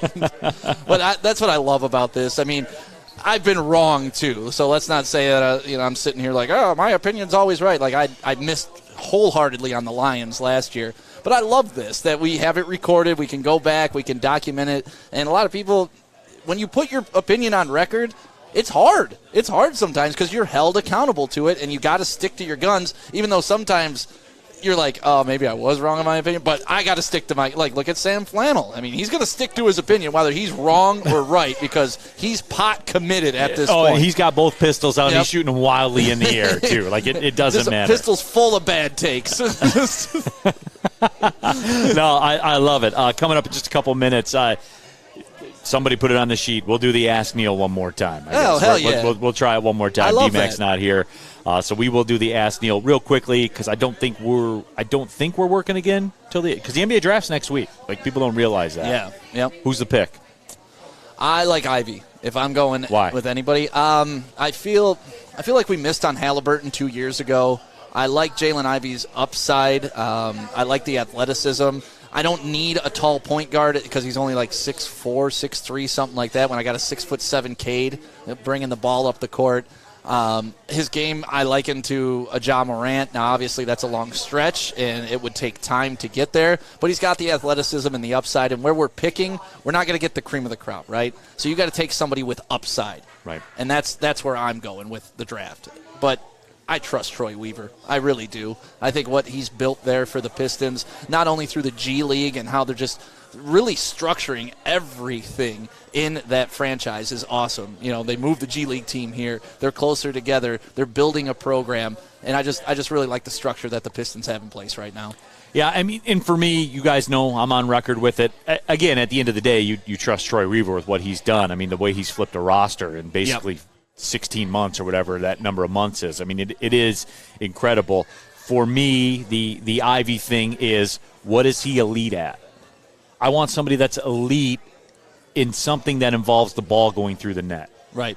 Whether it's an elite finisher, whether it's an elite shooter, whether it's an elite distributor. I want somebody that is elite in an area that involves the ball going through the net, because that's what this team needs. Like we see too many, and Cade Cunningham certainly is a star. You know, a star in the making, certainly has the potential to be a superstar in this league. But we still see, just in terms of somebody, you know how the NBA works, right? Like you can draw up plays and things like that. At some point, give me the pill. I'm going to get us a bucket. Yeah, you need that. You need that guy. You need that. And honestly, that's what Jason Tatum was supposed to be for the Celtics, but come fourth quarter, he was not that guy. This is what I do like about the NBA Finals, though, and the Super Bowls and things like that. It's legacy. It's legacy defining. Yeah, it is. Yeah, because now that's his label. That's Jaylen Brown's label. That's Jason Tatum's label. Until it's not, right? Until it's not. Right. And how is it not going to be? They got to win now. You got to go back. Yep. And you got to win, and you got to play well. And if you never get back, this is what you are. Baby. This is what you are. Yep. Forever. That's why I like it. Yeah, and it's tough because your career is never really even defined, right? But I'm going to argue for LeBron here, right? The guy's made it to how many finals? Even though he's lost the majority of them, at least he's made it to the finals, and I have a rough time penalizing anybody for making it there, right? Right. I'll give him credit for making it there, but if we're getting down to brass tacks and we're talking best of all time, that's when those little nuances, all right, well, how many times did he win when he was there? Jordan never lost in the finals, but Jordan didn't make as many finals. Jordan lost more in the beginning rounds than LeBron ever did. So, that's where the fun starts when you're debating greatness. But you got to get there first. Right. I mean, but in the home security game, there is no debate to the greatness.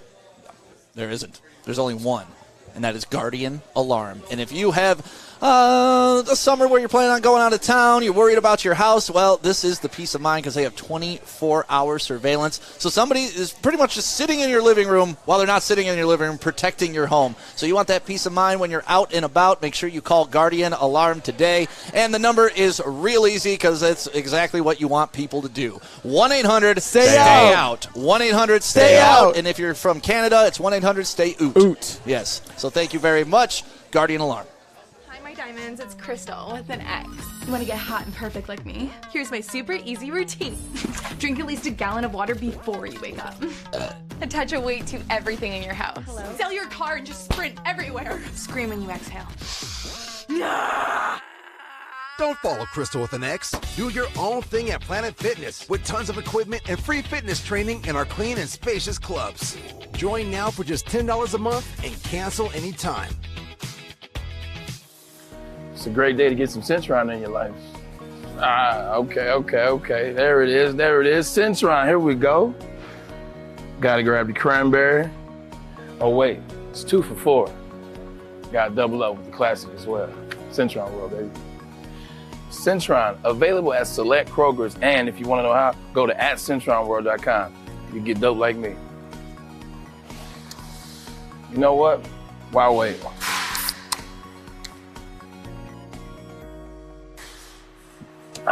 Great taste, guaranteed.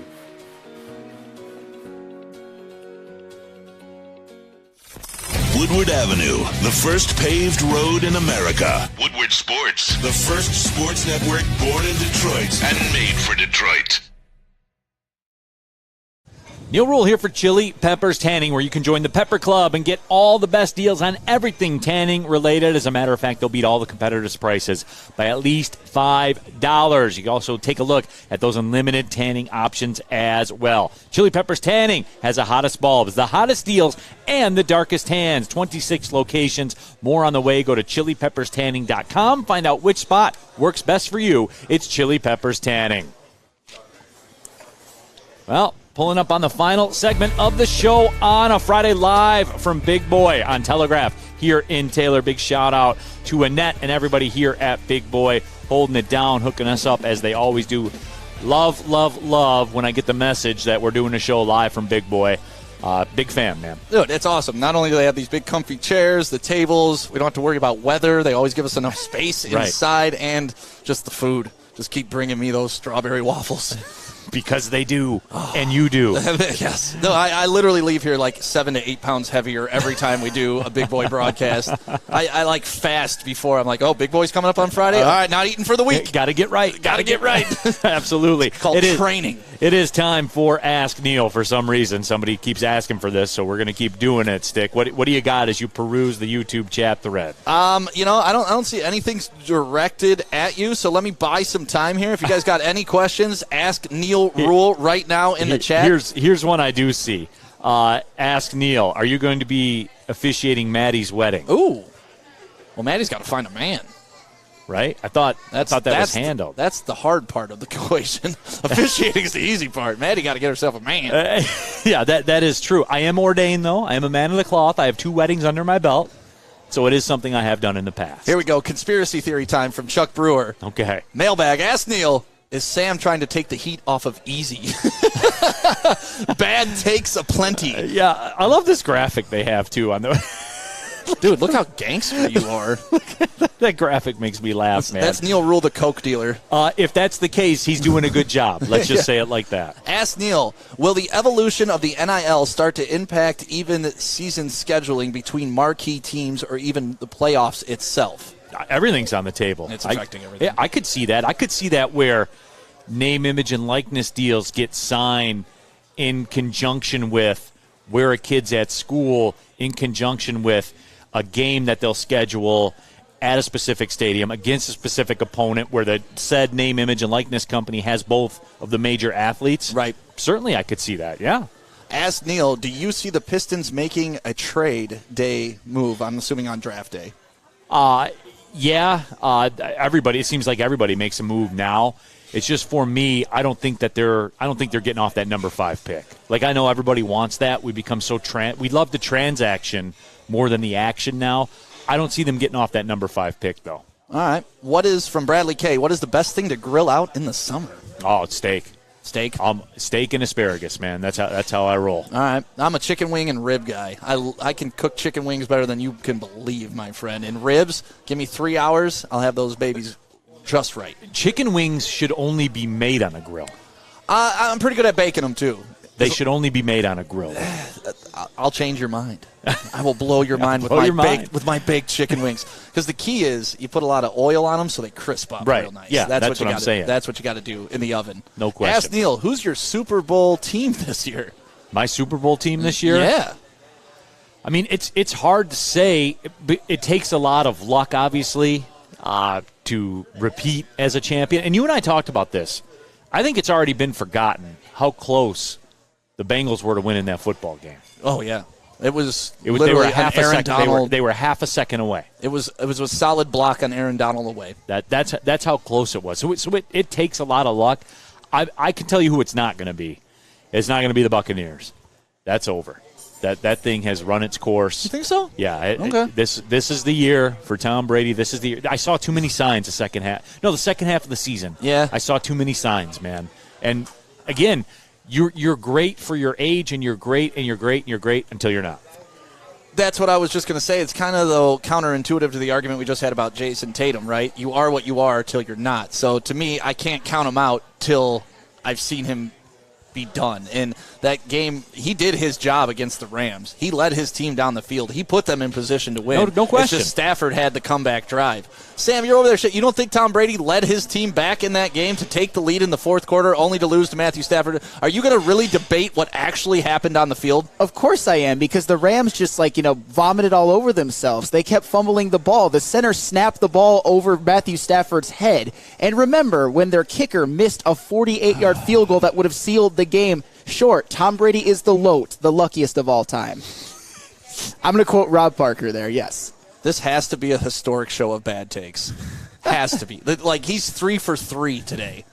You literally hit the hat trick of bad takes. But you don't think did Tom Brady get the ball left with his team down in the fourth quarter and lead them back under 2 minutes? Oh, it was like a nice 30-yard drive after do a it fumble. Or did he not do it? After Cam Akers fumbled. It doesn't matter. Did he do it or did he not Leonard do it? Fournette did it, honestly. Did he do it or did he not do it? The only thing I'll give him credit for is that bomb to Mike Evans. Did he lead his team back, yes or no? No, he didn't. The Rams choked all over themselves. Right. I can't have a the Buccaneers defense forced turnovers with somebody who can't even acknowledge what they actually saw. Yes, he did, Sam. You saw it. And then Stafford came back and led his team back. Are you going to deny that? No, because but that was Leonard Fournette's fault because he fumbled. That's not Stafford. Come on, you can't argue both sides, buddy. Yes, I can, because Tom Brady actually got the beneficiary of more luck. Is he right? Yeah, yes, he can. He theoretically. can. Yeah, you can. I guess you can do anything, but let me knock this one down here real quick because I do get this one a lot. That guy 62 says, "Ask Neal, what will it take for Detroit City FC to break into the MLS? A $300-ish million expansion fee to the MLS and a 20 to 30,000 seat stadium somewhere downtown." Yeah, and you got that. You got it. I love the DCFC. I love their fans. The Northern Guard's absolutely insane. You do a great job calling the games, and I like how they're pushing their way into the conversation. Whenever you bring up Detroit sports, you got to start acknowledging them. You have to. I definitely agree. I got to acknowledge you. Huh? Love running with you, brother. Hey, man. Always fun with you, buddy. Absolutely. And Sam Flannel's the gift that keeps on giving. Yosemite Sam Flannel. What about Westy, too? Oh, dude, Westfall. Dude, I can't speak highly enough about Westfall. That's and ladies, you don't stand a chance with this guy. He's out of your league. Yeah, there you go. Just get it straight right now. Yeah. Big thank you to Annette and everybody up here at Big Boy. Always a good time here at Big Boy. So for Stick, for Westy, and for Yosemite Sam Flannel, my name is Neal Ruhl. Thanks for watching and listening to Big D Energy on the Woodward Sports Network. Well, see you later. Big D!